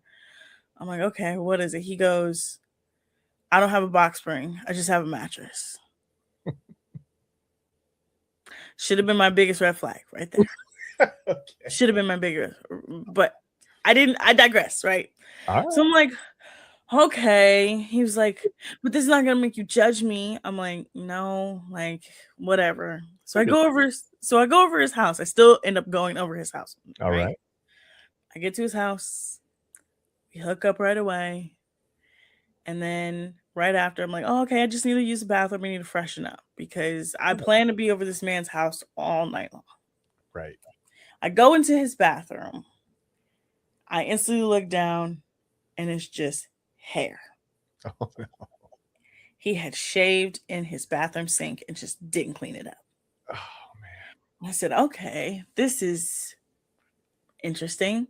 So then I use the bathroom and I get up and like it gets a little graphic right here. So you know how in your toilet, if you leave stains in, it's just really, really hard to get the stains out. Yeah. So I look down and I'm like, oh, he needs to just like he got some stains. I'm gonna flush the toilet. There were permanent shit stains in his toilet. Oh no. And at this moment, I said, oh, I need to get out of here. I said, this is going to go so awful. Did he have a bathroom window? Mm-mm. Okay. So you could make the escape out the window or something. Couldn't escape. All Ended up having to text someone later on to be like, you need to come get me. I'm panicking. But he was like, okay, I'm hungry. There's this bar I go to that's right across the street from my house. And I go, what do you mean there's a bar across the street from his house? So it was like a local bar. Okay. Right? Like a local, like you gonna walk up the street to it. Okay. He makes me walk out of his home and walk to this bar with him because he's so hungry. Now I only know that the NCAA game is happening because this is where we get into it. So we're at this bar. I'm not hungry. I'm already irritated. I'm like, this man has permanent shit stains in his toilet. His bathroom is disgusting. He's starting to annoy me, right? Starting to get annoyed. Oh man. He's asking me all these questions about where I work, what I do for work. And at the time, I was covering high school basketball. Okay. I was also working for the Cavs. Yeah. So I had seen a shit ton of basketball at this point, right? All right. And I know what was quality basketball and what was not quality basketball. I Fair. knew what the hell a high school basketball game looked like and what the hell a professional one looked like. Okay. Right. Yeah. So we're sitting there, we're talking, the game is on, we're talking. And he just goes, yeah, a high school game is like 3 hours long, right? I go, no, it's not. I'm like, at the most, it's an hour. Yeah. He goes, no, it's not. It's 3 hours long. I said, no, it's not. It's an hour. And he goes, I don't believe you. I'm like, I literally cover basketball for a living and I work for a basketball team. What are you talking about? He proceeds to go back and forth with me to the point where I get so annoyed where I was like, look it up. I literally said, Google it right now. Yeah. Google it. He Googles it and he goes, oh, I'm sorry. I didn't think it was that serious. I said, yeah, it is that serious. I said, you're like, when I tell you, Chad, at this moment, I was like, oh my God, I need to get out. So I'm texting my friend. I was like, please come get me. And he was like, gotta be Captain Saberhaw. I was like, I don't even care right now. Come get me. Right? Right. So we walk back across the street to his apartment. We're sitting on his couch. And he's just getting weirder and weirder. And I'm just like, please. I'm texting my friend. I'm like, please, are you almost here? Are you on your way? And I turned to the guy. I was like, look, I gotta go. I was like, I thought I was gonna be able to stay over. I can't. He was like, you sure? Chad, this is the part of the story where I'm like, oh my God, let me get away from this man. I need to get away from this man. As my friend pulls up, because his apartment was also right outside of, like, it was his apartment and there was a door. Okay. I see my friend pull up and I'm just like, yeah, I gotta go. And he gets up and is like, you gonna help me take care of this? And I looked down, I'm like, take care of what?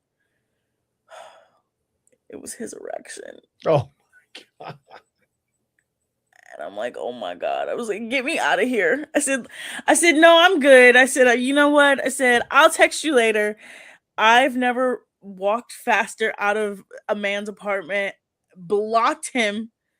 And then my friend and I went to another place. And he was like, you got to stop getting yourself into these situations. I'm like, bro, I know. He was like, you got to stop. Yeah. Like, you got to stop. I'm like, I know. And the only reason why I knew what night it was is because the bar we went to had I think it was the first overtime of that game going on. It did go into overtime. Yeah. Yeah. Oh my God. And I was like, oh my God. And I ended up going home and my mom was just like, she was like, are you okay? She was like, I thought you were supposed to stay out. I was like, I don't want to talk about it. It was really bad. It was really, really bad. Whew. I literally had sex with a man with shit stains in his toilet. Permanent shit stains in his toilet. No. Was the food that good from the bar? Like, how did he end up? No, it was terrible food. I'm trying to, like, how did he end up in that situation again? Like, where he was like, can you help me take care? Like, I thought you were going to say it was like a half a sandwich, the rest of some fries. And I was like, yeah, I'll take it to go, wrap it up, and I'm out of here. Like, whatever, no problem. But yeah, you can't. That's not a thing. Yeah. No. Okay. Now, it gets even funnier because I blocked him. So he couldn't contact. No, it was the next day. Okay. The next day I blocked him. I'm sorry. I apologize, guys. My brain doesn't work sometimes. So the next day, he's texting me and he's like, are you going to come back over? And I'm like, no, I'm not coming back over. I'm like, you kind of lied to me. Because it wasn't just that he didn't have a mattress box spring. He didn't have a bed. Oh. He didn't have a bed at all. So what was he rocking with? Like a futon? Or he was sleeping on his couch. He had a very big couch. All right. Okay. He didn't even have a bed. And so I essentially confronted him, like, you lied to me. You did all this stuff. I said, I don't think we should speak anymore. Yeah. And he just got really weird. So I blocked him. Right. And then about a year later, on Bumble, he popped up again. And I had to block him off of Bumble. No. Are there on Bumble? I don't know. I'm probably going to show my ignorance, but are there like usernames? Do you have usernames? No, it's your first name. It's your first name. Okay, I thought Mhm. like this guy was like shitstains216 or something. Like you never know. All right, okay. No, it's just your first name. So Bumble is like your first name, your age, and then you'll pick a bunch of pictures. Okay, gotcha. And then you can verify it like legally, whatever.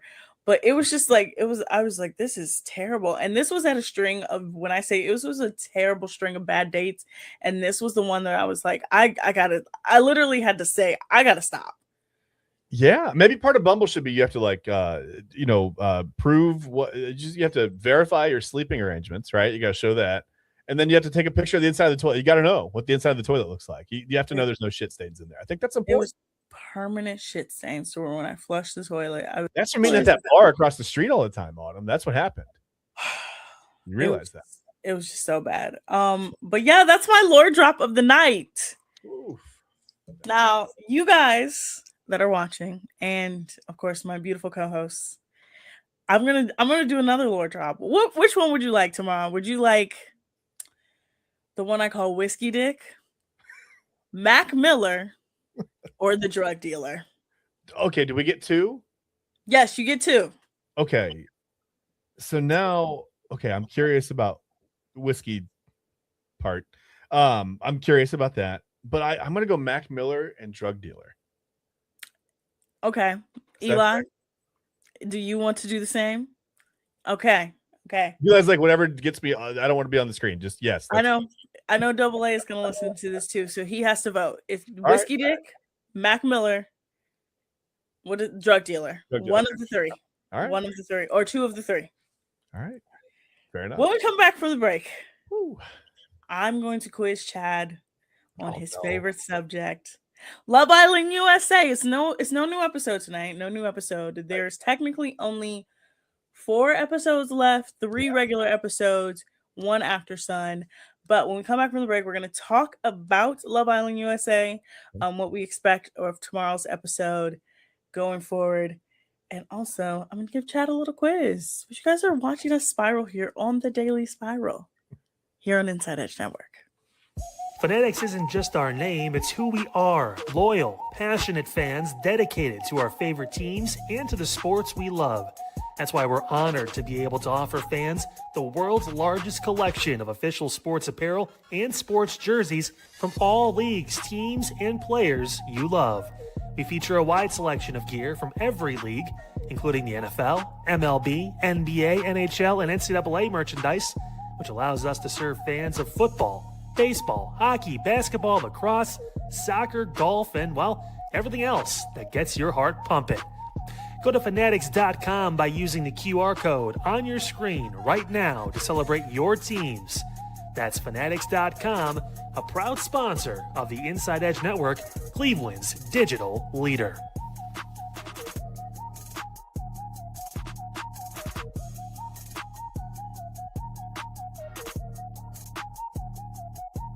Small business owners are superheroes, but nowadays running your business means doing so inside your shop and on social media.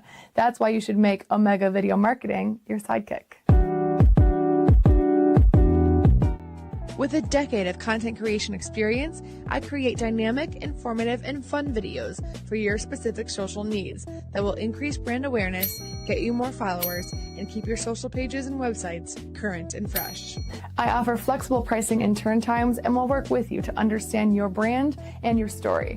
All of that comes from the heart. My award-winning expertise is just the cherry on top. So let's get connected.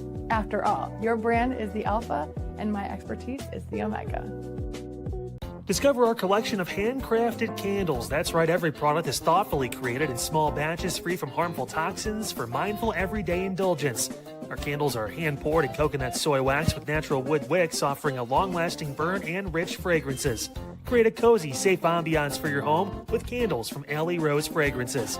First-time customers use the promo code InsideEdge20 to receive 20% off your order. AlleyRoseFragrances.com, proud sponsor of the Inside Edge Podcast Network. Mosser Moments Photography is a husband and wife wedding photography team based in Cleveland, owned and operated by Inside Edge Network's very own Ryan Mosser and his wife Hallie. For the past 10 years, they've captured more than 100 weddings across Northeast Ohio and beyond, always working together as a true two-person team. Their style centers on authentic, emotional storytelling, documenting the real moments between two people in love and creating images that feel natural, comfortable, and true to the couple. Rooted in Northern Ohio but inspired by their travels, Ryan and Hallie bring a warm, personal approach to every wedding day. Their work blends experience, consistency, and a genuine passion for helping couples relive their best day through timeless photography. Learn more at monstermomentsphotography.com by using the QR code on your screen right now. monstermomentsphotography.com, a proud sponsor of the Inside Edge Network, Cleveland's digital leader.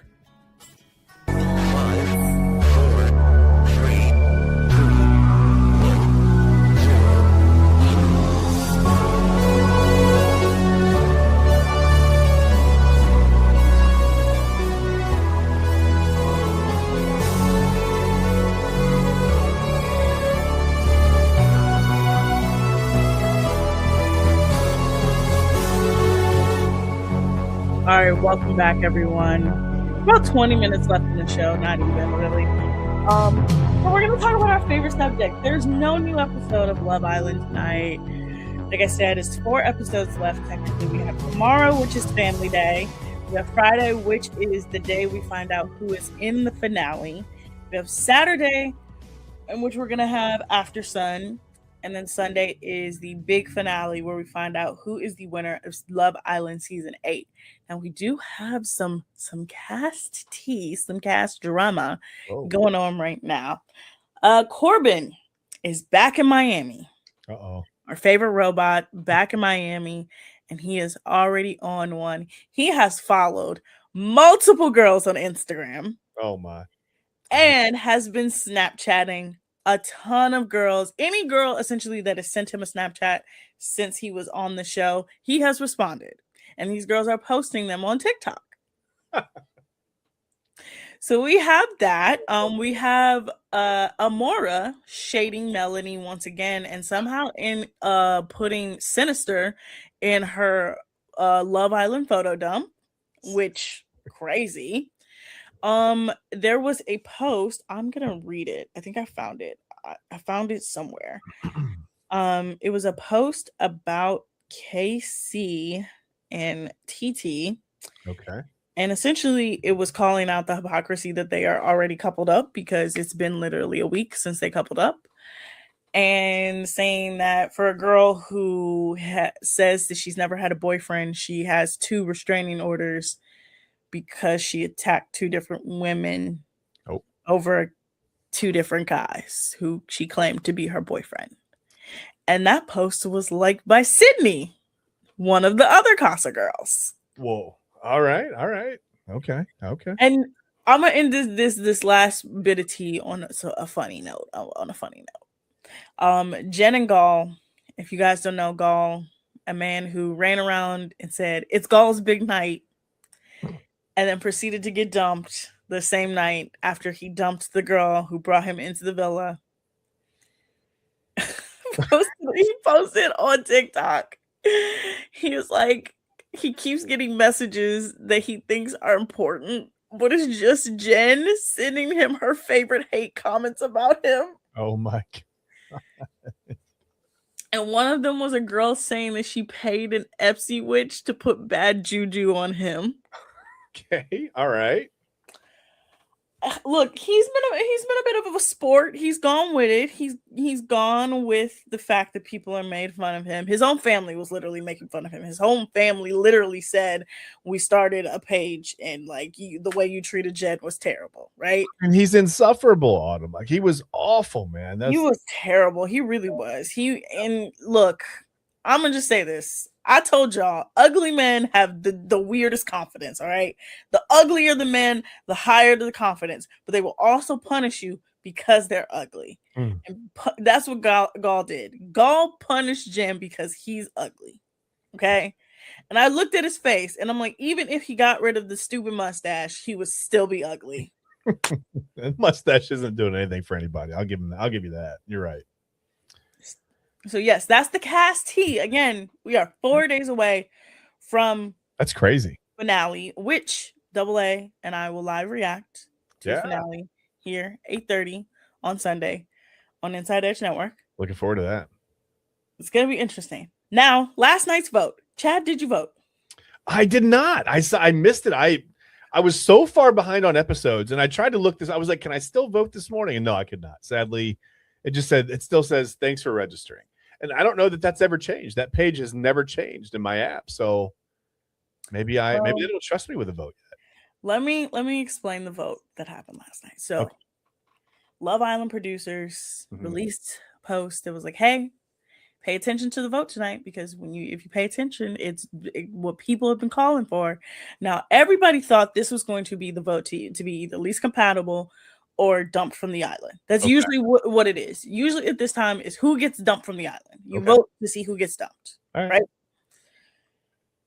The vote last night, was the top 4 couples you want to see in the finale. Okay.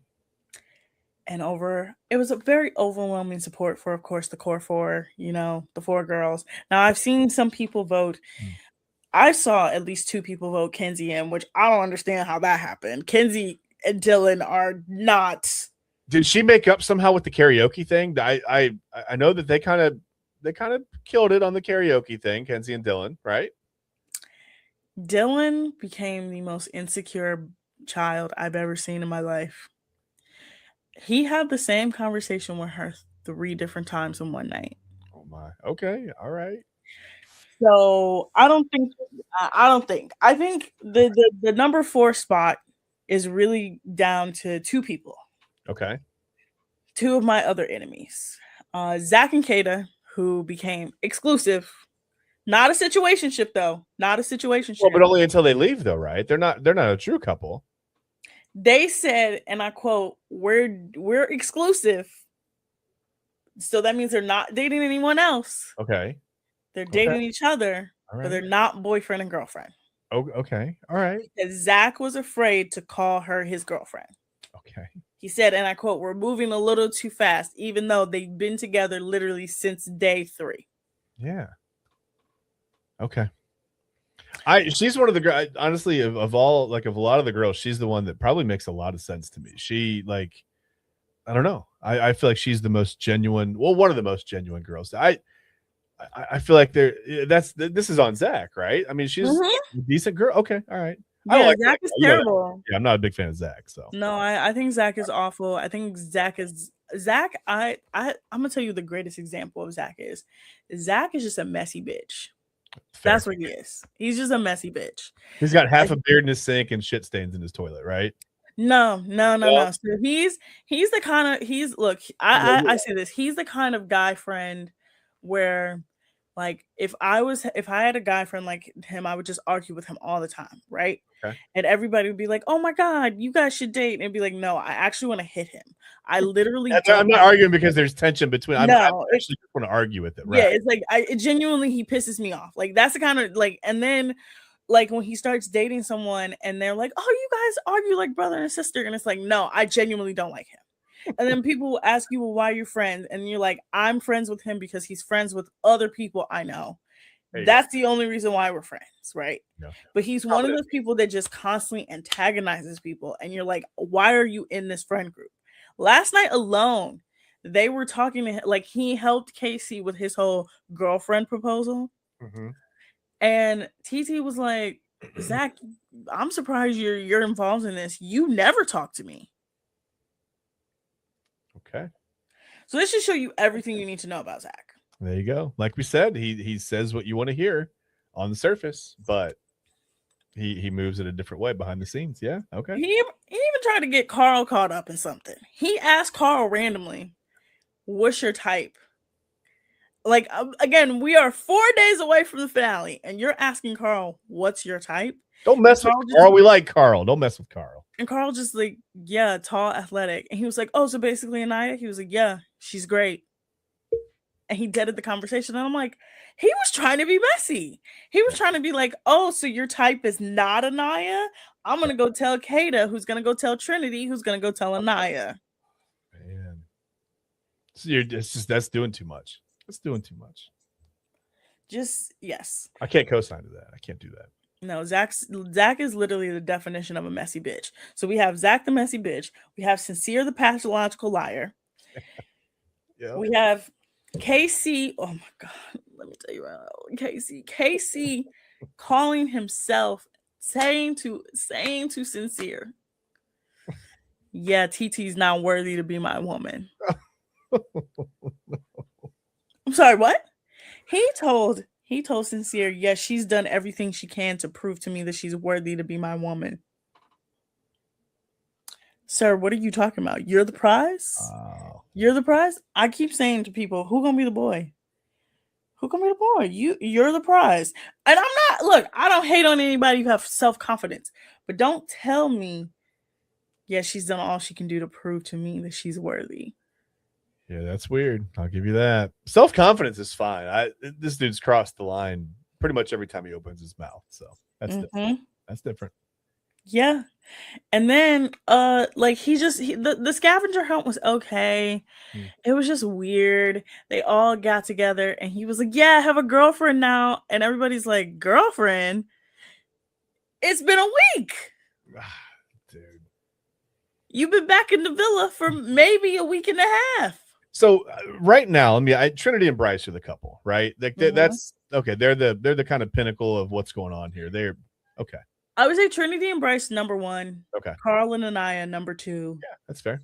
And then 3 and 4 could either switch between Melanie and Sincere and Kata and Zach. And really, that is the girls doing the heavy lifting there. I was going to say that's because the girls are lifted, like always in a relationship, right? Like that's how it goes. And then Casey and TT are right on the heels of probably Kata and Zach. But I think enough people are like, I think Casey and his girlfriend proposal. And I told Eli this, there is a Love Island curse. And it happens every single year. Every single year. Does it have anything to do with the owl or no? No, it just has nothing to do with the owl that everybody definitely has been seeing for years. And they only just acknowledged her this year. It is the I want to be exclusive the last week of the show curse. Okay. Everybody who does it every single time gets sent home the day after they do it. Because you can see through that from a mile away. Literally, because it's like, why? Like, why now? What is the motivation to be? It's 4 days left. Yeah, now you're closing off. Okay. Now you're closing off. Now you want to do it, and they always do the most elaborate. It's always the most elaborate scavenger hunt. I've seen a scavenger hunt, a cheerleading routine. I've seen a bonfire. Every single time. The next day, the next time there's a dumping, every single one gets dumped. Because the audience clicks into it and it's like, you're literally like bullshitting us. Yeah, we know better than that. So, all right. Because of that, I have a great feeling that we will not see Casey in the final. Now, I know certain people are like, oh, I know NBA Twitter really wants to see him in the final. I know you guys want to see him in the final, but that's wild. There is also a large demographic that doesn't want him. And I've seen a decent amount of people vote for him instead of Sincere because they're like, Sincere's evil, or vote for Zach because Zach is evil. I'm promising y'all, Zach is evil and messy. Sincere's a pathological liar. But Casey is a bona fide scammer. Yeah, and what if if you're trying to figure out your vote and it comes down to one of these 3 guys, like who do you pick? Like, what would you even do? Honestly, I had to bite the bullet last night. I had to pick Zach and Sincere over Casey because I know at least Zach. Look, I know Zach is messy. Yeah. But I know he's playing the game. He's not really, he's messy and he's playing the game. So that's why I put him forth. Fair. Sincere, I think he actually does have feelings for Melanie. I do. Okay. He's just a liar. And maybe he can't, maybe it's a compulsion with him. Maybe he just like, some people, every time they open their mouth, Autumn, they're lying. They can't help it. And I feel like Sincere is in that boat. And I feel like he's trying so hard to look cool or legit or whatever on this show that he just keeps digging. I mean, you might as well give the kid a shovel. Like, he just keeps digging a hole for himself every time he opens his mouth. It's wild. Even yesterday, they went to the hideaway and they came back. The girls had a water park day. They came back. Melanie's looking at Sincere and she's like, "Did you tell the boys anything that we did in the hideaway?" And he's like, "No, I didn't really elaborate." He told them, but he didn't tell them. Okay. Right? He said, "Oh, we didn't do much, but we did enough." Right? Okay. And he said to her, I promise you, he said these words. He said, you know, you can trust me. I would never lie to you. Okay. Well, I mean, again, we know how to determine when he's lying because his lips She laughed in his face. Okay, I'm glad. She literally laughed in his face. Good. He didn't have his hand out. Okay, Which, that's weird. All right. the moment. Okay, so did you see Friday's episode where the moment on the dock? No, I didn't see it. Oh no, it wasn't Friday's. It was Monday's episode. So Monday's episode, he tells her, and we all knew he wasn't lying, and every single person was like, "Oh no, I'm scared for my sister. I'm scared for her." Oh. This man goes, "Yeah, I really can see a future with you." He goes, "I can see you be my girlfriend, my fiance, my wife, the mother of my children." She went, and he said it with the straightest face, with the straightest tone, and didn't lift that hand or make an analogy. Whoa. That was the single most terrifying sentence that's ever been uttered this season. Whoa. I don't even know how to feel about that, to be honest with you. If that man looked at me dead in my face and said, he could tell me, Autumn, you have the biggest stain on your chest. And it could be the biggest stain on my chest. And I would say, you're lying. Yeah. That's how much of a liar he is. I get it. Every time he opens his mouth, every single time. But you see, Chad, you got away with it because you're not getting a quiz tonight, okay? I thought if I could just keep this going long enough, I would dodge. I'm being nice. But you do have to watch tomorrow's episode before the show. Yeah. Before the show, you do. Okay. Because tomorrow's episode is important because it's Family Day. Family Day. All right. So Family Day is the Love Island producers get at least 2 to 3 family members, fly them across the world, and then get to see people in the outside world that they haven't seen in almost 3 months. Okay. Because for the first month, they were stuck in that hotel in Fiji. Yeah. Then the last 2 months, they've been in this villa. And so they get to see their family members. Okay. The one I'm not excited to see because I know he's going to be on some bullshit is Charlie. Okay. Charlie again is literally, I've never seen someone have a more terrible run on Love Island. He got eliminated first twice on 2 different versions of Love Island. It's not good. But yes, tomorrow's Family Day. Okay. Friday, I think, is probably going to be the baby challenge baby challenge, family dinner. Who's going to be in the finale? Saturday is After Sun, and we're going to get to see the aftermath of whoever gets their phone back and what they're going to say. Because whoever gets their phone back by Saturday, no matter what, they're going to have a shitstorm. All right.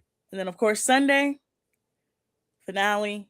You can catch us here on the Inside Edge Network, where Double A and I will be live reacting to the finale. I can't wait for that.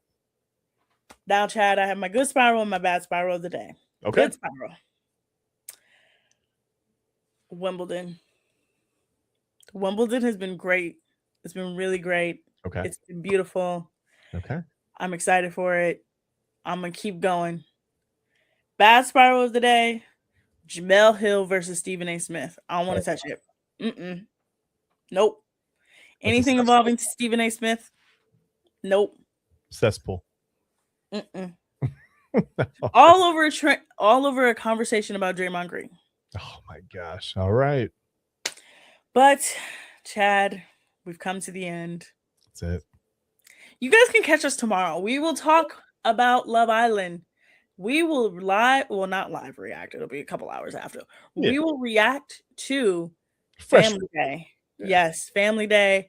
I will give you guys another lore drop. Tomorrow, it's going to be the drug dealer and Mac Miller. And when I tell you, y'all not even ready for those stories. Oh my. And then, of course, we're still on LeBron watch. Yeah. Max Strus posted something cryptic today that was a little weird. I was like, I see you. And we'll talk about it all tomorrow. All right. But Eli Moon is about to take over the Crack Show. Eli, are you ready to take over the Crack Show? I am, Autumn. It won't be as bad as Double A. Won't be as unhinged, but yeah, we're gonna get after it. Great job as always. Yes, fantastic. Cannot wait to hear the drug dealer story tomorrow. So you get after it. And yeah, we'll see you tomorrow. I have a feeling all of these stories make me look really stupid, but hey, I was young and I was really dumb. Nah. All right, Autumn. We'll see you tomorrow. Great job as always. Daily Spiral with Autumn Chisholm tomorrow with Chad Ryan. I'm Eli Moon. And yes, usually you don't see me typically around these times at night, but we're going to get after it. Station identification and Midnight Run with Anthony Alford with me filling in right after this.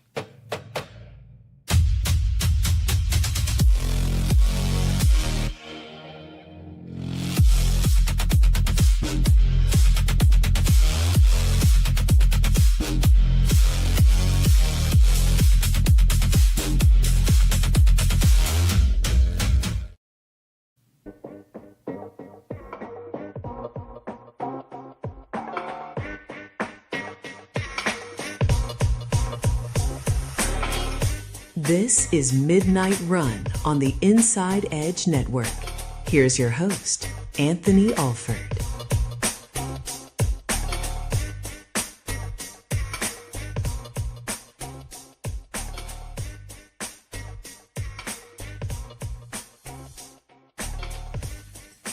And welcome in, everybody, to Midnight Run here on the Inside Edge Network. I'm Eli Moon. Typically, I'd be running the ones and twos behind the screen, and our guy Double A Anthony Alford will be rocking with us. He will be back next week here. He is taking care of some things, and we wish him well. Definitely thinking of you, bro. And with that being said, I appreciate you tuning on in, rocking with us. You saw me earlier on Inside Edge Primetime with my guy Chad Bryan.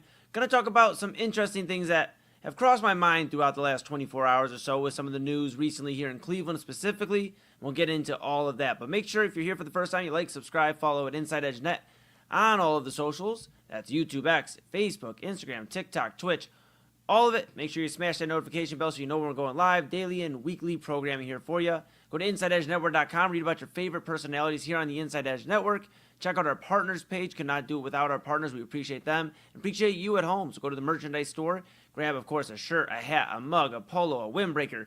Get it ready. Rep Cleveland's digital leader and your source for sports, entertainment, mental health conversations, news, and everything in between. And, of course, we're on Roku. Download the Inside Edge Network app on Roku and take us wherever you'd like to go.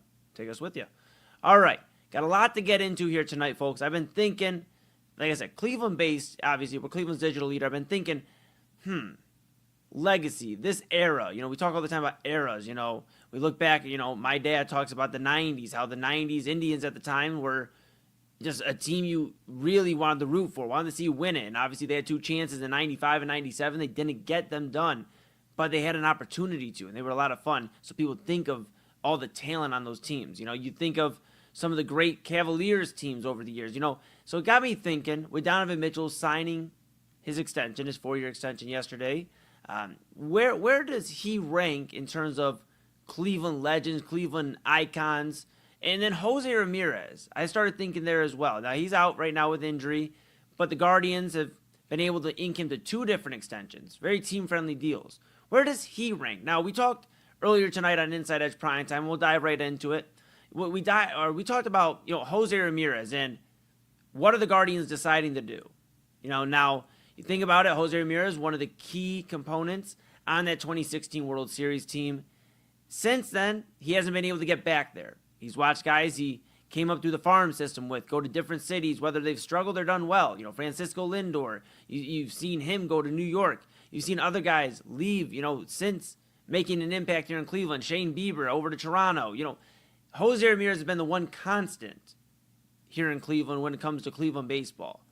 And I got frustrated a little earlier tonight. You know, Chad and I were discussing about, are the Guardians deciding to reset the timetable and buy into the rookies? You know, Travis Bazana, an all-star. Parker Messick, an all-star. They've had some other contributions from young guys. Chase DeLauder, Khalil Watson at times. You know, they've seen that improvement. Are they starting to reset the timetable and starting to prepare for life after Jose Ramirez? I hope not, right? And it's crazy to even utter those words. You know, Jose Ramirez obviously just inking that extension not too long ago. You would think they're trying to get one done for Jose Ramirez. Get him to his first World Series since 2016, 10 years ago. Where are the Guardians? What are the Guardians planning to do with this roster? Are they in win now mode? Or are they in, well, let's see how the talent develops and whatever happens, happens? Seems like a tale we kind of been following for quite some time. The one constant, Jose Ramirez.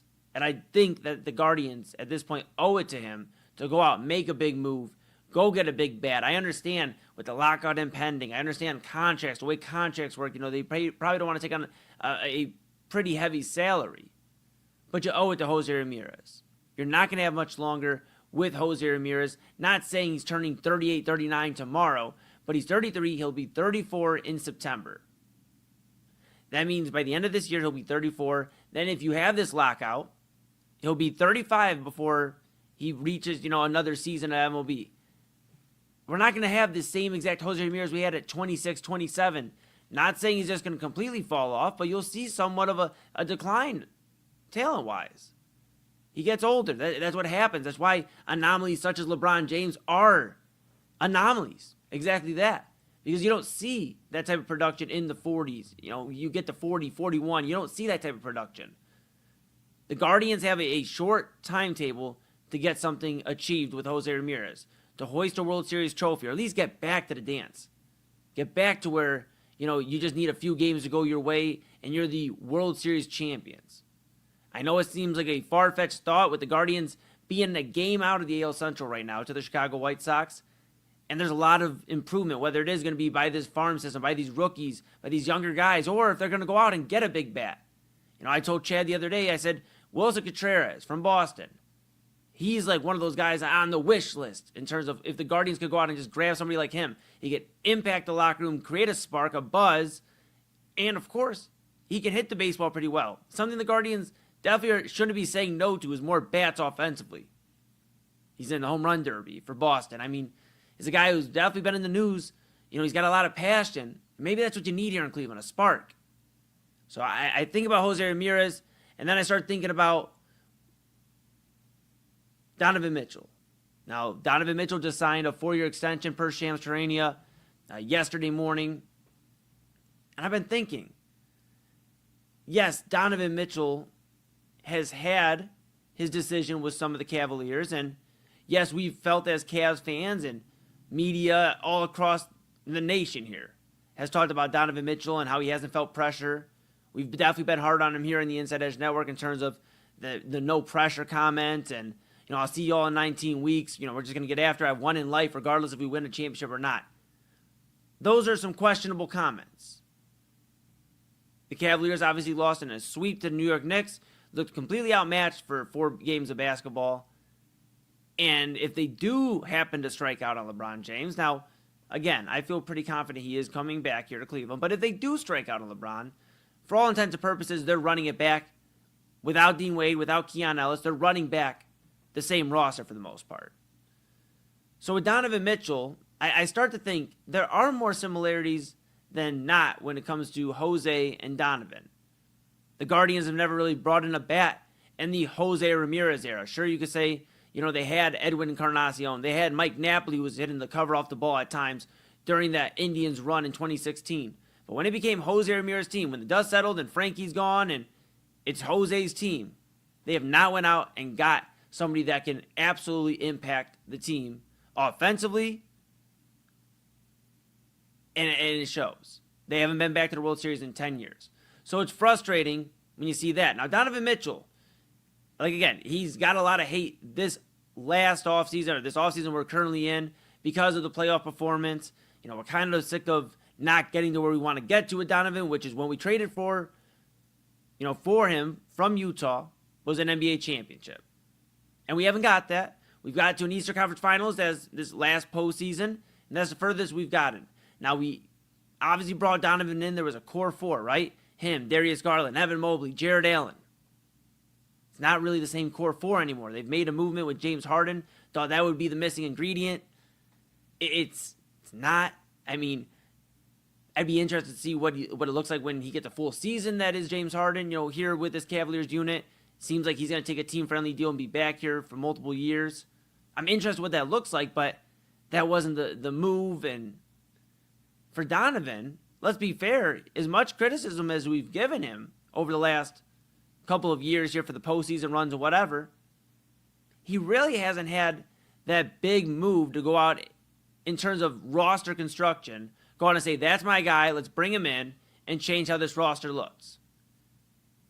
Now, granted, obviously he has a lot of love for the homegrown talent that's here. Evan Mobley, Jared Allen, been here for quite some time. I know started his career in Brooklyn, but he's here and been here for quite some time. And then, of course, you have Darius Garland up until this past, middle of the season. And now you're trying to make it work with James Harden. I feel that this is the move that keeps Donovan here. Now, does LeBron, and that is signing LeBron James, does LeBron being here for a year ensure, we win a championship? No, maybe not. I don't know if him coming here alone wins you a championship. I think the Cavaliers have other plans, however, that are going to impact this roster. And I think the Cavaliers have involved Donovan more in terms of discussing how this roster should look. Who should run into the future with you for the next 3-4 years? If we can get LeBron here for a year, is that enough to keep it entertained in terms of then leading the next 3 after that? If we go maybe grab one with LeBron, we'll go build elsewhere around you.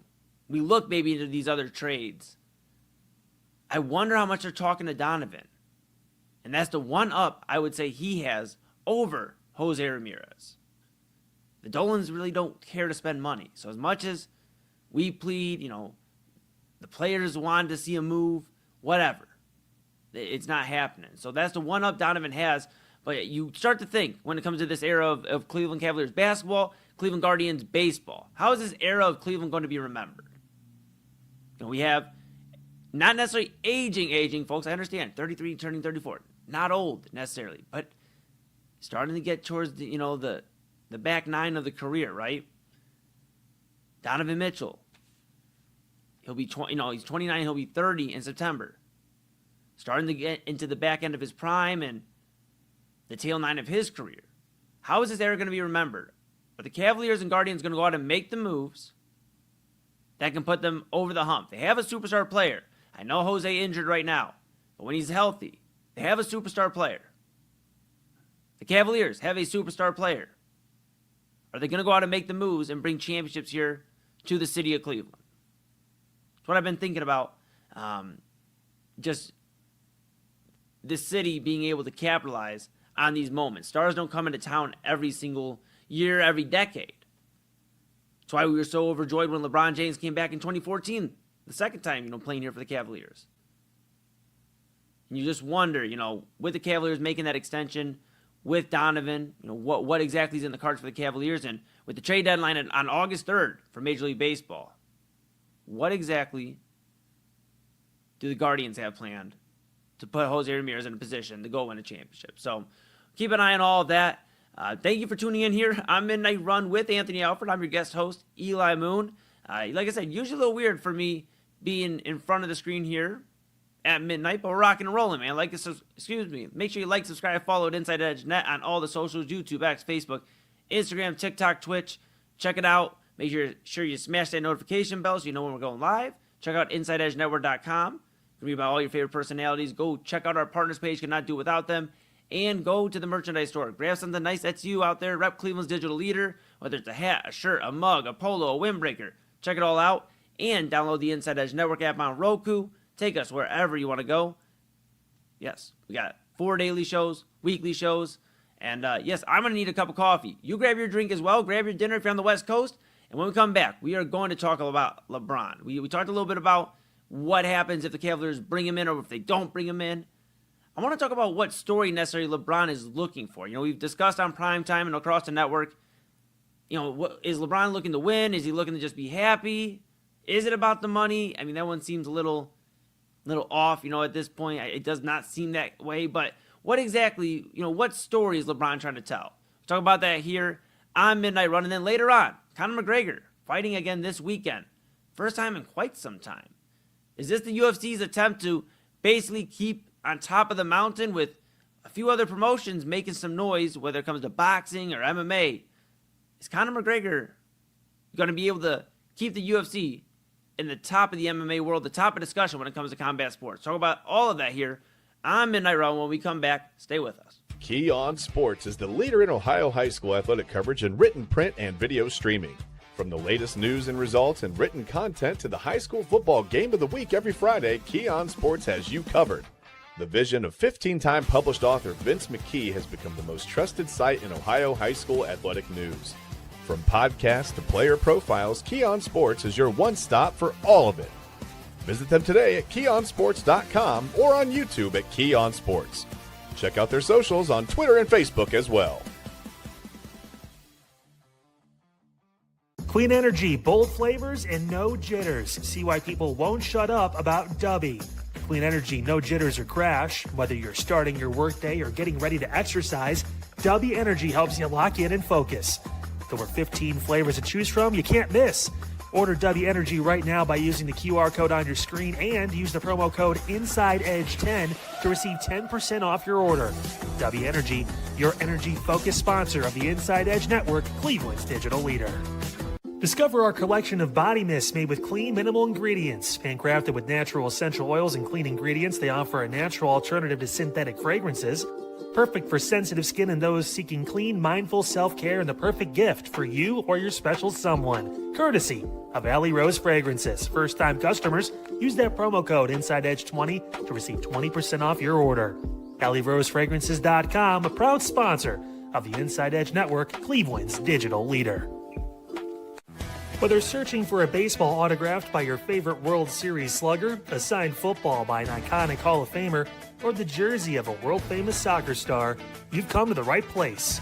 Here at SportsMemorabilia.com, the web's leading source of authentic sports memorabilia, you'll find more than 500,000 authentic products from nearly every professional sports league, team, and players.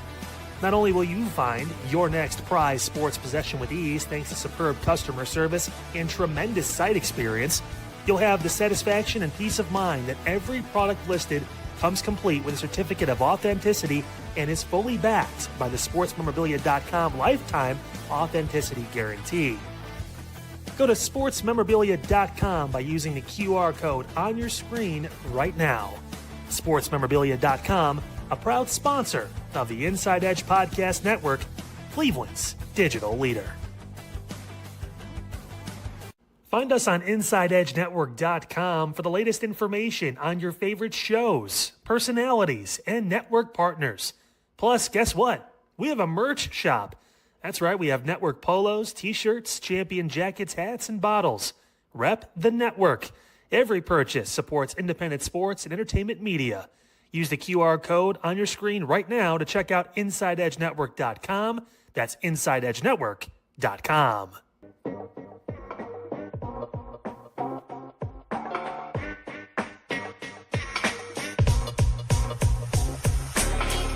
This is Midnight Run on the Inside Edge Network. Here's your host, Anthony Alford.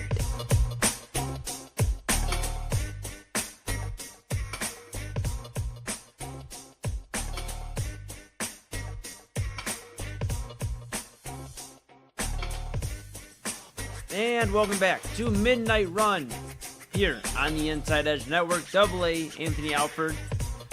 Away this week. He'll be back with us next week, taking care of some things. I know he'll have a lot to talk about when he comes back here next week. Cannot wait to hear what he has to say. I'm Eli Moon. I'm here with you until 1 in the morning. So, yeah. Kind of crazy. I'm usually up, obviously, till 1 in the morning, producing, Double A doing his thing. I'm rocking out, call me on screen from time to time. Usually 10 to 11 is like the domain, right? Primetime. And I'll tell you, kind of feels a little weird. I'm rocking with you the full midnight hour. I appreciate you welcoming me into your homes, wherever you may be. And we got a lot to talk about here. LeBron James. We are officially still on watch. Almost entering double digits, folks. The longest it's been for LeBron to sign from free agency, July 11th. Now today is July 9th, 20 minutes into July 9th. So we are entering that territory. And we've talked across the network. You've heard Kyle Cornell, the host of Unfiltered here on the Inside Edge Network. You've heard Chad Bryan, my co-host on Inside Edge Primetime. You've heard Double A mentioned here on Midnight Run.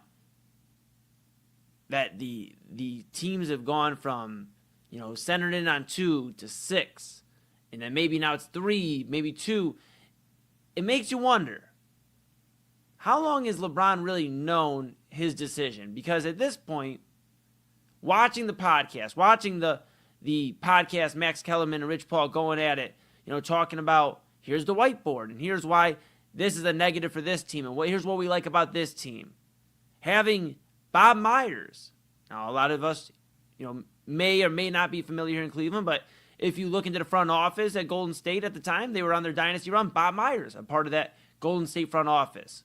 He's in Philadelphia, folks, along with Mike Gansey, who's here in Cleveland, had an opportunity to keep him here, and the Cavaliers let him test other options, and he's already making a case for Executive of the Year in Philadelphia with the Jaylen Brown trade, the moves they've also made, just to strengthen that lineup around Joel Embiid, around Tyrese Maxey, around VJ Edgecombe. It's interesting there in Philadelphia. Bob Myers on that podcast talking with Max Kellerman, talking with Rich Paul, and here's why LeBron would make so much sense in Philadelphia. We hear Giannis Antetokounmpo, the new member of the Miami Heat, his front court dominance. They're expecting there in Miami with him and Bam Adebayo. You have two guys that are dominant forces. I know Chad loses his mind every time he hears us talk about the 83-point game for Bam Adebayo, but it happened. It happened. He did have 83 points in a game. And obviously, all joking aside, Bam Adebayo is a pretty talented two-way player. Put him next to Giannis. Does LeBron go there? Does he team up and make a dominant front court? You have that Pat Riley effect. While we're just moving along the teams, the Pat Riley effect. LeBron was there with Dwayne Wade, with Chris Bosh. Young Eric Spoelstra. Crazy to say, but yes, young Eric Spoelstra. Near the beginning of his head coaching tenure there in Miami, where they learn how to win. Pat Riley's celebrating with these guys. Multiple championships, 4 title experiences. Obviously, 2 of them turned into championships. And then LeBron comes back home. Now, we're not complaining here. Cleveland's digital leader. We're not mad LeBron came back home. But you wonder, what's the story there? And this is the whole thing. When we think about LeBron, what's the story? We just talked about Philadelphia for a moment. Obviously, they've been title hungry in the basketball minds, or in the basketball world with the Sixers. They want to get to the finals. They haven't been there in a long time. Can LeBron do it and bring a championship there to be a championship in Cleveland, Miami, LA, and then Philadelphia? He stays in the Eastern Conference, so he has to battle some of his foes. Kawhi Leonard. You have to play Jason Tatum again to get back to the finals. You have to play Cleveland. There's a lot there with Philadelphia. And obviously the roster shaped very well. He slots right in there next to Joel Embiid, next to Jaylen Brown in that front court. It's interesting. So you have Philadelphia. Again, we talked about Miami, the factor of he's already been there before, the location. He's familiar. He knows the weather. He knows the fan base. He knows Heat culture. We talk about all that all the time. Heat culture. LeBron knows it. And for Pat Riley, who's getting older, we talk about that here in Cleveland, Dan Gilbert. For Pat Riley, he already had one fish come, he caught the big fish with Giannis Antetokounmpo. Can he really bring LeBron James back there as well? That's interesting. Is it enough to win a championship, though? And then, of course, you have Golden State, the bros, Stephen Curry, Draymond Green. You have those guys LeBron could team up with, and maybe they can get Anthony Davis away from Washington. Washington has been pretty adamant about not moving him. We'll see if they stick to that. Can he team up with his bros and just have some fun? Is it about fun? Is it about being happy? We've heard that. Is it one of these other sleeper teams, Minnesota, Denver, where you can place it with some young, great talent in Minnesota that maybe need some guidance in Anthony Edwards and LaMelo Ball? Denver, you team up with Jokic. The story writes itself. 2 guys that are all around freaks of nature in terms of on the basketball court. But I think it's just, what does LeBron want at this point? I've been thinking about it, just moving down these different rosters. We hear all the time, what's the perfect fit? And, hear the national media, Cleveland's not the perfect fit. I'll give it to you. James Harden and Donovan Mitchell both going to need the basketball for their games to make the most sense. But we have seen flashes of when James Harden can just get rid of the basketball, run that pick and roll, make the pass to Jared Allen, Evan Mobley, get rid of the basketball, make it to one of the shooters. it works out pretty well. Donovan Mitchell, you saw a little bit more off the ball movement when it came to this past season, the season before. Yes, is it always pretty? No, of course not. But you got to be a little optimistic here. Maybe not nationally, because I understand Cleveland's probably not your popular opinion. You would rather him go play in Golden State, team up with Steph Curry, have that story, go team up with one of these other superstars. Which is crazy because we've spent time on the main event, and AA's brought this to light, where Donovan Mitchell's being poised, positioned to be one of the superstars of the NBA. He's on the commercials. They're advertising when they mention NBA superstars, and maybe he's not quite there yet. No MVPs to show for yet. Just got to the Eastern Conference Finals, but there's something to be said about him signing a 4-year extension yesterday. And the Cavaliers still kind of weighing their options. Do they move off Max Strus? What do they do with Dennis Schroeder? The story here writes itself. LeBron comes home for the trilogy. The roster may not be perfect, but ultimately, it's something that LeBron can learn to work with. If they want to make a move off of one of the front court, Evan Mobley, Jared Allen, they can do so. They can find a way to create more spacing.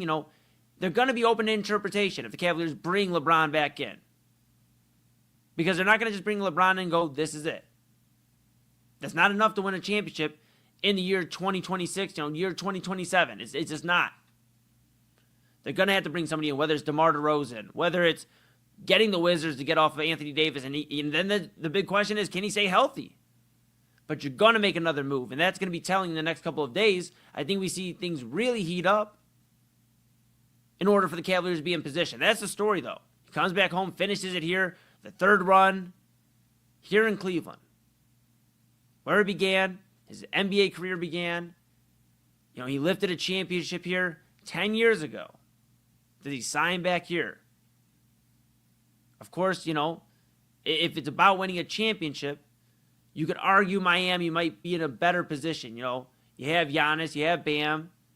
You're making some of these moves to position yourself depth-wise. Sure, LeBron definitely puts you in a better position.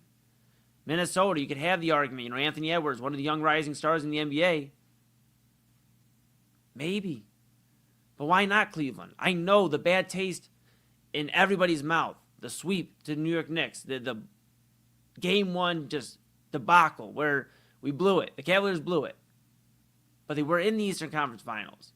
Adding LeBron doesn't make you the favorite in the Eastern Conference, but it definitely puts you in the talks of we can definitely come out of the East. Now, how do we make this team finals bound? How do we make this team championship ready?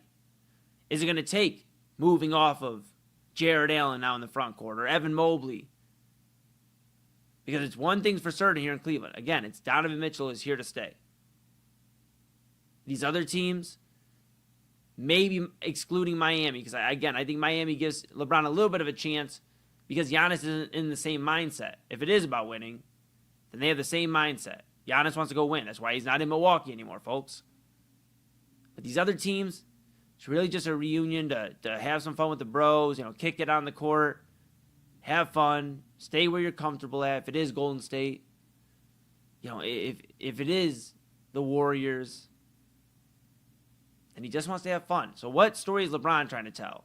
Does he want to get uncomfortable? Go to one of the unknowns, Philadelphia, Denver, Minnesota, win for it, Denver's already got one with Jokic. That's more of a team up with the bro type situation, but also somewhere that hasn't had a ton of consistent success, and he can go win one in Denver, go win one in Minnesota. It's interesting. And then, of course, you have Miami, the comfortability there. The relationship with Pat Riley, is it all the way repaired? Eric Spoelstra there. It's interesting. Very interesting, We talked about all this offseason thus far before the moves were made that Giannis and LeBron would be the ultimate pairing in Cleveland. Could happen in Miami. Then, of course, you start talking about Cleveland. You bring it back here. The story, comes home, the trilogy. And arguably the best chance to win an NBA championship out of the teams that he has left to decide from. So, we'll keep an eye on all of that. Of course, LeBron, it's up to you, bud. We're just going to sit here and wait. We talked, and Kyle talked about it yesterday. People are like, why can't he just sign? We're ready for him to sign. Well, he could wait as long as he'd like he could wait till August and we'll all be sitting here at the edge of our seat waiting to see where he goes for his upcoming season, because he does still move the needle. Now, does he move the needle to an NBA championship? I think out of all the teams left, again, I don't think he wins you an NBA championship alone. You got to make another move. But he definitely makes it more fun. Definitely makes it more entertaining. So I'll sign up for that. We'll see if the Cavaliers can get it done. And when we come back here on Midnight Run, we'll talk about a team that, okay, we're not expecting championships from just yet. But with a dome being talked about and being built, and, you got the new head coach and kind of got a changing of the tide, your star defensive end's not here anymore. Well, if you had not known any better, you want to know that I'm talking about the Cleveland Browns. The Cleveland Browns with a completely different look here when it comes to some of your familiar faces no longer being in town. We'll talk about them and if they can finally reset the clock, not only at quarterback, but in terms of the culture that was here for just a second. Can they bring it back? Talk about the Cleveland Browns, and then we'll talk about Conor McGregor. He's back this Saturday, and the UFC seem to be calling all of the big dogs in, anybody they have left, to basically stay on top of the conversation when it comes to combat sports. We'll talk about all that when we come back here on Midnight Run. Anthony Alford on vacation this week, taking care of some things. He'll be back next week. I'm Eli Moon, and we're back on the Inside Edge Network right after this. Fanatics isn't just our name, it's who we are. Loyal, passionate fans dedicated to our favorite teams and to the sports we love. That's why we're honored to be able to offer fans the world's largest collection of official sports apparel and sports jerseys from all leagues, teams, and players you love. We feature a wide selection of gear from every league, including the NFL, MLB, NBA, NHL, and NCAA merchandise, which allows us to serve fans of football, baseball, hockey, basketball, lacrosse, soccer, golf, and, well, everything else that gets your heart pumping. Go to Fanatics.com by using the QR code on your screen right now to celebrate your teams. That's Fanatics.com, a proud sponsor of the Inside Edge Network, Cleveland's digital leader.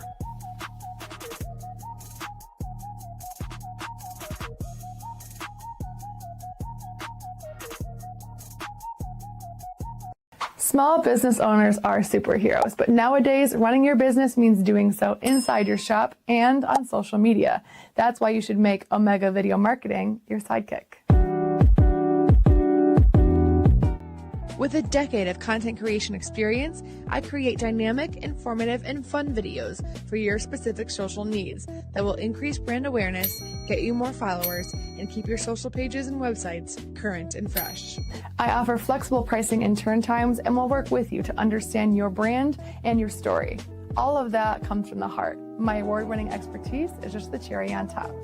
So let's get connected. After all, your brand is the alpha and my expertise is the omega. Discover our collection of handcrafted candles. That's right, every product is thoughtfully created in small batches free from harmful toxins for mindful everyday indulgence.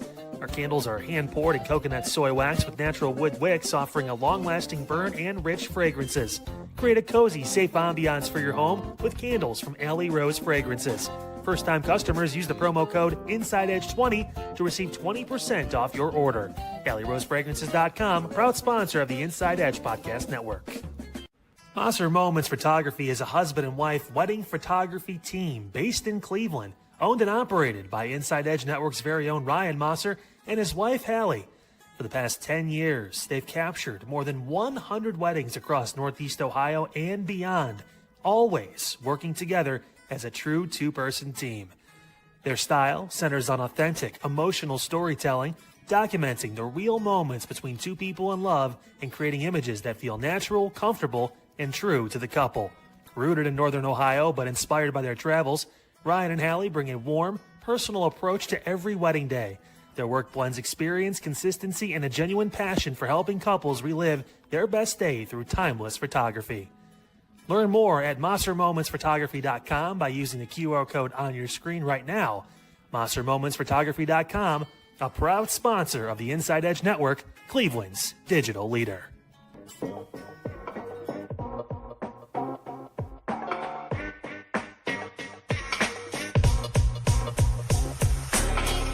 This is Midnight Run on the Inside Edge Network.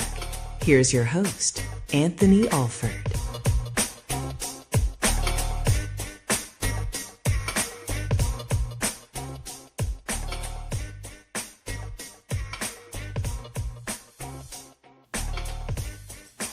Welcome back to Midnight Run here on the Inside Edge Network. I was thinking during the break, I said, man, people probably been missing Double A a ton. I mean, first off, unhinged sports talk from everywhere from sports. You got sports, you got the entertainment aspect. He's talked about some of the biggest stories in pop culture and even some food that we probably shouldn't be eating. Honey buns in different forms and stylings, if you will. Just wild. The one thing I was thinking, that they definitely, the people you of course out there, everybody listening, probably miss about, Double A being here or not here this week is the Keurig. You hear it starts brewing, you even hear it during the first minute or two, and that's how you know Double A's about to rock. And don't worry, he will be back next week rocking with you here on Midnight Run. I'm Eli Moon. I'm filling in here for Double A, and I hope you've been enjoying thus far. We got a few more things to get into here this evening. I'll be with you again Thursday and Friday here, the rest of the week, and we'll get into it. But I had a thought on my mind here. We started the show with the talk of Jose Ramirez, Donovan Mitchell. What will this era be remembered, especially for those two teams? If we're just isolating those two teams, what will the era be remembered by? Now, of course, Jose's been here a little bit longer than Donovan Mitchell, but Donovan chose the Cavaliers yesterday morning. He signed the extension. There was a lot of people thinking he wasn't going to talk about an extension till next summer, when he would just basically ink a new deal if he wanted to stay here in Cleveland, or, does he go somewhere else? Well, we don't have to worry about that, at least for the foreseeable future. Donovan here now in Cleveland.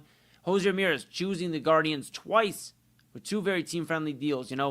What is this era going to look like? Are they going to go out and make the moves necessary in their respective sports to go win a championship? Then it got me thinking, all right, the Cleveland Browns, can't avoid them, because this is a Browns town, whether you want to argue, whether you want to discuss it, whatever you want to do. I mean, it's just the truth of the matter, folks. The Browns could go 0-16. They've gone 0-16. The stadium still gets to a point where it is packed out again. It may take a few games, whatever, a little bit of a rejuvenation period, but one thing's for certain. Everybody goes to the Muni lot. Everybody's in Cleveland Browns Stadium. It's just the reality of where we're at. And keep in mind, the Cavaliers, the only championship in the last 52 years here in Northeast Ohio. Again, that's why it's so imperative that the Cleveland Browns start to figure it out. Because with the Cavaliers about to possibly bring back LeBron James, maybe retool this roster to a point where it can go win another NBA championship. If the Guardians do find a way to find magic, whether it's to the rookies and these young guys, or they go make a move or two, whatever it may be, and they can go win a championship. Now we're having a different discussion. Now, mixed in with the lack of success the Browns have had here in Cleveland since they returned, since the franchise returned here to the city, there hasn't been a ton of success. And that might be enough to be like, okay, now we're having a discussion about what town this really is. Is this a Guards town now? Is this a Cavs town? But the Browns have an interesting point in time right now. Now, think about it. 2017, they drafted Myles Garrett. 2018, they drafted Baker Mayfield, Denzel Ward, Nick Chubb. A real nucleus of that team. And it took about, a few seasons to really, really put it together to where, okay, everything is around these guys to where they can go win a championship. And it didn't work out that way, but there was a moment in time where we felt good about what we had. At quarterback with Baker Mayfield, we felt good about having one of the best, if not the best, even at that time. Defensive end in football, Myles Garrett. He had a lockdown corner in Denzel Ward, who's still here, mind you. Still here, folks. One of the last pieces of the last era. This era we're ushering into right now, obviously a little different. We'll get to that in a moment. But you had those pieces. Nick Chubb at running back. A special unit. Then it all kind of came to a quick end. Baker Mayfield, the injury, and then wanted to play through it, and then all the discussion around if he is the franchise quarterback, and moved out of town. Then, not too long after, Nick Chubb suffers an injury. A season-ending injury. Was never really the same after that. The Browns eventually move on from Nick Chubb. Not too long after that. And Myles Garrett, now this offseason, moved to the Los Angeles Rams. Trade. We brought in Jared Verse via trade from the Los Angeles Rams. That's the move. Now that era of Browns football, that nucleus, is all but pretty much gone. We're entering a new era of Cleveland Browns football. It's led by guys like Quinshon Judkins, who, depending who you talk to, it sounds like they're expecting, the Browns are expecting them to have a big year. They're going to have to rely on a little bit of the running game to help establish these passing lanes for whoever is at quarterback. Shedeur Sanders, Deshaun Watson, whatever have you. You're going to have Harold Fannin, who I believe is going to take that next step this year into the top 10, top 5 discussion of tight ends. I think he's already probably in that top 10 discussion. But top 5 for Harold Fannin, definitely capable of doing so. He's been a delight for the Browns on offense. You have Denzel Boston, who a lot of people are high on. He can go grab the football, get it at the high point in the air, score touchdowns.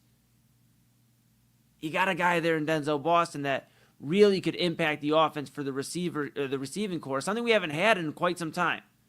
Then, of course, you have Casey Concepcion, the first-round pick as well for the Browns. Can he be that possession guy, that guy that goes and gets a quick route, run to the outside, or, a quick slant, breaks away, gets into open space, and he's gone. There's things there for the Browns on offense that you can be excited about. I know it's not the fun thing to do here in Cleveland, get your hopes up, get excited about the Browns possibly being good for once. And I'm not saying good this year, folks. Let's pump the brakes.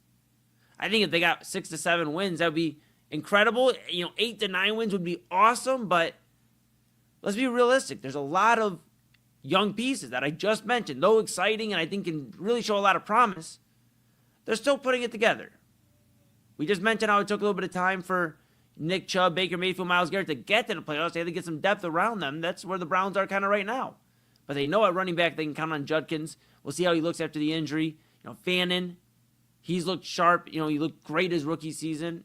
Really promising there. And then you're curious to see what Boston and Concepcion looks like. But you may have something. The line completely overhauled. You're not seeing Joel Petonio on that line anymore. You're not seeing Wyatt Teller. You're not seeing some of these guys that were mainstays on the Cleveland Browns offensive line. No, it's a fresh look. At quarterback, it begs the question, are we going to see Shedeur Sanders for 17 games? Are we going to see if the Browns say, let's see what we got with him once and for all? And if he is the guy, then guess what? We got him on a rookie contract, still a 5th-round contract for at least another year. And we can see what it looks like that second year. And then, okay, we got to ink him to a contract extension. But at least we know we got the guy. We're done playing around. And Shedeur Sanders is the franchise quarterback. And if not, the Browns are in position where, hey, 2027 appears to be a loaded quarterback draft. Go out and get one of these guys. If that's what you want to do, whether it is Arch Manning or Dante Moore, Brendan Sorsby, that would drive me crazy. I can't lie, folks. But you got these options here at quarterback next year. That's the worst thing that happens, but you have to at least see what Shedeur Sanders gives you. I understand the money invested in Deshaun Watson, the moves you've made. He's one of the last parts of the era. He is involved in that Baker Mayfield era. He was a guy they moved off of Baker for to go get Deshaun. They decided Baker wasn't the guy. They wanted Deshaun Watson. Deshaun is one of the last parts of this era that the Browns are, for one way, for either a good reason or a bad reason, we'll find out, moving on from. They moved on from Baker, moving on from Myles, they moved on from Nick Chubb. Denzel's still here, but we'll see how much longer. I'd love for him to be here long term, but it all depends on what the Browns are looking at. One thing's for certain, though. We've seen enough of Deshaun Watson as quarterback of the Cleveland Browns. Let's look at a new era, see what the Browns can do, and inject some life into football here, into a football city, for the first time in a few years. It's been tough to do so because of how stagnant the offense has been. The discussion around the offensive line getting old, getting tired, getting injured. These different things. The Browns have a chance to really start a new era. It doesn't have to mean 8, 9, 10, 11 wins this year. But at least look promising. Show some steps. Shedeur Sanders can be that guy. Judkins can look good running the ball. The passing options are there. Defensively, you have a guy stepping up, appears as a leader, which is Carson Schwessinger. Schwessinger, since the Myles Garrett trade, has been very vocal in terms of stepping up, being there, not only for his players, but his teammates, but the community. He's there. He's very involved in everything Cleveland. I think the Cleveland Browns got a good one there. Defensive Rookie of the Year, a guy that I think could have another big leap it's interesting. So keep an eye on the Cleveland Browns, this new era. I think they have a few things they still have to shed in terms of getting to this new era, getting to the Dome, in Brook Park, Todd Monken, will he be there for the Brook Park Dome? I think he will be, but I think he wants to run his offense with the best option. What does that necessarily mean? We'll find out here soon. Football will be starting up here soon officially. We'll get preseason. We'll get to the point where, we can really look at how the Browns are thinking at quarterback. I've heard a lot of talk about it. Now we'll kind of see how this era looks for the Cleveland Browns. But it does feel with the movement, the movement of Myles Garrett, with the movement of, of these pieces that were once on the team and rocking and rolling, and it just feels a little different. Let's see if it feels like a good different here by, December, by January, by the end of the year, beginning of next year. How do we feel about the Browns then? How do we feel going into a draft? Is it a add to this nucleus that we finally feel good about again for the first time since 2018, that draft class, that 17-18 draft class mix? And, they've added, they added after that, obviously, but that was the piece right there, that 17-18 draft class. Can we feel good about a nucleus again?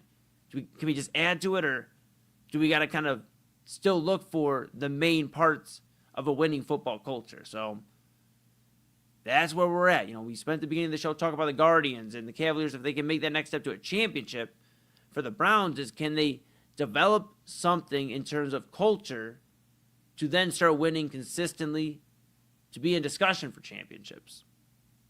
There's tiers, there's levels to it. So we'll kind of keep an eye on all of that. When we come back, though, I want to talk about Conor McGregor. That's what we'll end with.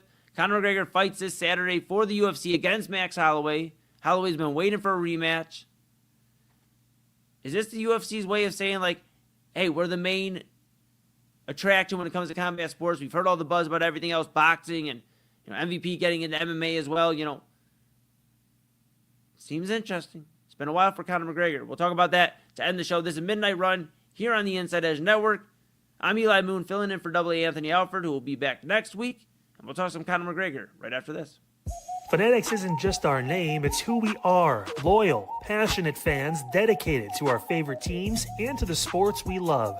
That's why we're honored to be able to offer fans the world's largest collection of official sports apparel and sports jerseys from all leagues, teams, and players you love. We feature a wide selection of gear from every league, including the NFL, MLB, NBA, NHL, and NCAA merchandise, which allows us to serve fans of football, baseball, hockey, basketball, lacrosse, soccer, golf, and, well, everything else that gets your heart pumping. Go to fanatics.com by using the QR code on your screen right now to celebrate your teams. That's fanatics.com, a proud sponsor of the Inside Edge Network, Cleveland's digital leader.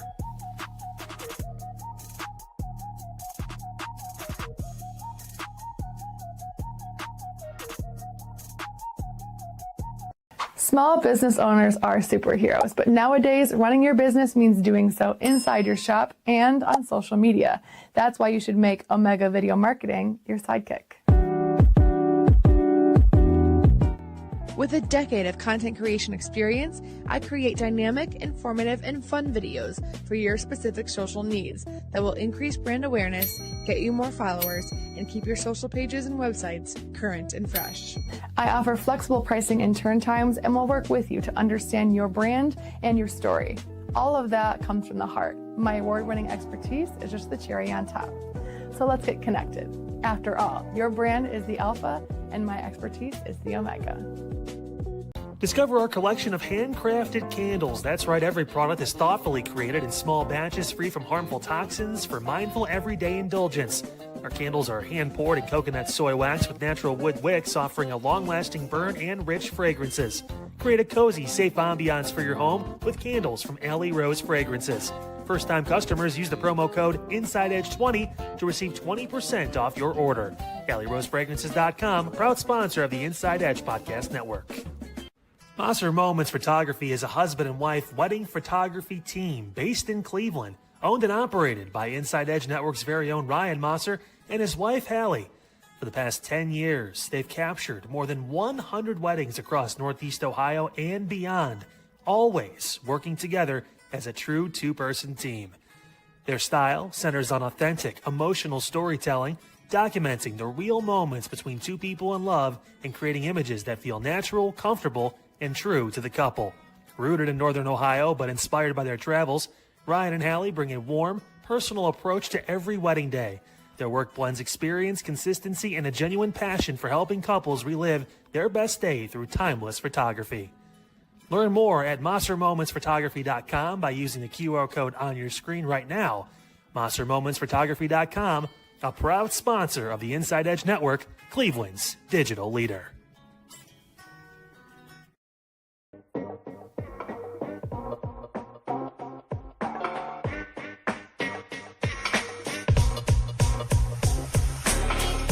This is Midnight Run on the Inside Edge Network. Here's your host, Anthony Alford.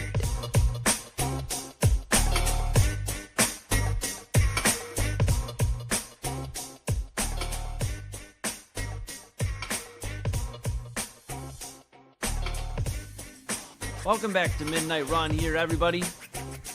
Double A Anthony Alford back with you next week. Eli Moon, that's me. I'm here with you for another 10 minutes or so. Talked about a lot here. We talked about the Guardians and the Cavaliers and the next steps and how they treat their stars. Donovan Mitchell here for the foreseeable future. Jose Ramirez here as well for the foreseeable future. We'll keep an eye on all that. Talked about LeBron. You know, what story is LeBron trying to tell here in Cleveland? Is he trying to tell it in Philadelphia? You know, what exactly is his story? Is it happiness? Is it a championship? Kind of keep an eye on all that. And, of course, we talked about the Cleveland Browns, the next era. Can they move forward, you know, not only just at quarterback, but these other positions? Can they build a nucleus we can be proud of and feel like, okay, we can add to this instead of having to tear it apart again, re-add, you know, put a Band-Aid here, and it's just too much, folks. Too much. We gotta work on it. Keep an eye on all that. See what Todd Monken and the guys do in Berea. All right. One last thing to talk about here tonight. Again, I'm here with you tomorrow at midnight. And very excited to be there, be here, be wherever with you on Midnight Run for the next 2 nights. Got a few things I'm excited to chat about. That I did a little more research in terms of I wanted to make sure we were well prepared with some of these things I want to talk about. Tonight, however, I'm more than prepared to talk about Conor McGregor. Now, this is the guy, when you talk about MMA, and sure, you got Ronda Rousey as well. You have John Jones, some of these names. When you talk about entertainment star, mixed with an athlete, there's not too many MMA guys that are crossover and newsworthy in that, like Conor McGregor. There's a few others you could think of. Again, Ronda Rousey comes to mind, especially when it comes to setting, trailblazing women's MMA. But then you think of Conor McGregor. He's shocked the world. He had the knockout to Jose Aldo, wins the title in 13 seconds. Became the star of MMA, the controversial press conferences, the rise to the top, the win in New York City against Eddie Alvarez. Just a lot of interesting moments. The battles with Nate Diaz. Of course, all that controversy with him and Khabib Nurmagomedov, and how that all went down, and that kind of killed some of the momentum, for a moment with Conor. And then you have these different discussions. Is he going to fight Michael Chandler? Before that, let's back up for a moment. He did have that fight right before COVID, pretty much stopped the world for a moment. Beat Cowboy Cerrone. Had that interesting finish in the first round. It was very quick. But then you have the Dustin Poirier loss. He loses January 23rd, 2021. Then he fights Dustin Poirier again and loses July 10th, 2021. 2 straight losses to Dustin Poirier. Then you have the Chandler Chronicles where he breaks his toe. He's out. He's not able to fight Michael Chandler. That fight never happens. After all, the Ultimate Fighter, just whatever you want to call it, the drama and all that. You never get this fight. You wonder if Conor McGregor is ever going to fight again. And then a rematch a decade or, over a decade, about I believe 13 years. You have Max Holloway versus Conor McGregor in Las Vegas, Nevada. Welterweight fight, non-title fight. Two guys that are contenders for the welterweight division. That, if Max Holloway, who decides to stay up here, reminder, both these guys started at featherweight. But if they decide to stay up here, whoever wins this fight will be in position to maybe have one more fight after this and go fight for the welterweight title, Especially if it's Conor McGregor. Now, who, mind you, turns 38. He'll be 38 soon. July 14th. Right after this, this weekend. The UFC wants to capitalize on whatever storylines they can, whatever angles they can, box office numbers they can with Conor McGregor. And they understand with MVP Promotions, who just had that big fight, they had Francis Ngannou on the undercard, they had Nate Diaz on the undercard, Mike Perry, who fought for the UFC, Junior Dos Santos was on the undercard. They had a lot of guys that fought for the UFC for quite some time. Extended periods of time. We're champions in some of these guys. Ngannou, Junior Dos Santos. These guys were champions. You had Ronda Rousey. We just mentioned her in MVP Promotions. John Jones sitting at the commentary booth at times, talking about how he's trying to get out of his UFC contract. And the reports are, murmurs here and there. Is he actually going to do it? We'll see. But is John Jones going to go fight Francis Ngannou at MVP Promotions? Is he going to fight, with, the promotion run by Jake Paul, Netflix, that conglomeration? Are they going to do one of the biggest heavyweight fights, if not biggest fights of all time, under MVP Promotions? For the UFC, Conor McGregor is kind of one of your last marketable, push it into the mainstream, get the UFC back into jockeying into the eyes, are all on the UFC for combat sports. Can Conor help elevate a few stars? Can some of these cards draw national attention to some of these UFC fighters? It's kind of been stripped down in terms of who can be personable and who cannot be. But maybe they get back to where some of these stars are able to be themselves. And I'm not saying to highlight the bad stuff that goes on. There's some bad, unfortunately, there's guys that have bad attitudes, bad personalities that are getting to the top, seeing some real terrible things. There's also a lot of good in the UFC, good in combat sports, and I think we need to see that personality, and I think that'll help out. But right now, MVP Promotions, they're gearing up for, it seems like, some big fights. Boxing, they're already doing their thing. Whether you like Jake Paul or not, they're always putting on fights that people are tuning into. Netflix easily accessible. So you have that. You have boxing that, this past weekend, Abdullah Mason, the Mason brothers from Cleveland, Tiger Johnson from Cleveland. You had these guys fighting. They're all victorious. It's interesting right now. It's not just a discussion like it was 5-6 years ago, 7, 8 even years ago when the UFC was in the limelight. Big cards were happening. They were doing unique stuff. They were having this rise of popularity amongst mainstream fans, invested hardcore fans and casuals. But now by some of the decisions they made, whether it is, where they're holding events now, whatever your opinion is, the White House card had a lot of discussion about whether that's the right place to have it or not, and all the discussion there. You have different fighters that are being elevated to the limelight that maybe shouldn't be getting a shine. And it shows, to some point, we have these discussions about, who the NFL decides to spotlight. And same with the NBA and the MLB and, NHL, whatever. We have to have that same discussion about UFC and MMA. Are we going to keep giving the microphone to some of these guys that shouldn't be saying some of the vile things they're saying? So that's another thing the UFC runs into. It's kind of combat sports as a whole sometimes. But it's interesting. Nonetheless, Conor McGregor fights this weekend. We'll see if he can reignite the spark for the UFC.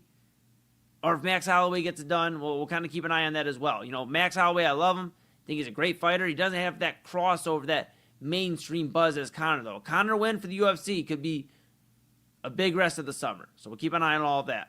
But that's my time here tonight. I'll be with you tomorrow and Friday. I appreciate you tuning in. Double A Anthony Alford. Wow, Double A Anthony Alford back with you next week. My name's Eli Moon. I will be back with you tomorrow on Inside Edge Primetime with my guy Chad Bryan starting at 10 o'clock. Then the Daily Spiral with Autumn Chisholm and Chad Bryan at 11. Then I'm back here at midnight. Unfiltered returning next week, 5 to 6 p.m. And then, of course, Double A back here at midnight next week. I'll be on vacation. But excited to talk with you the next few days. We appreciate you. If you're still awake right now, start to wind down, relax. LeBron's not signing tonight. You don't have to worry about it. Love Island's over, for now. For just a moment. You can breathe, relax, and get some sleep, like Double A would say. Get some sleep. Because you got to work tomorrow. All right? I'm Eli Moon. This is the Inside Edge Network. There's a midnight run here on the Inside Edge Network. And we'll talk to you tomorrow.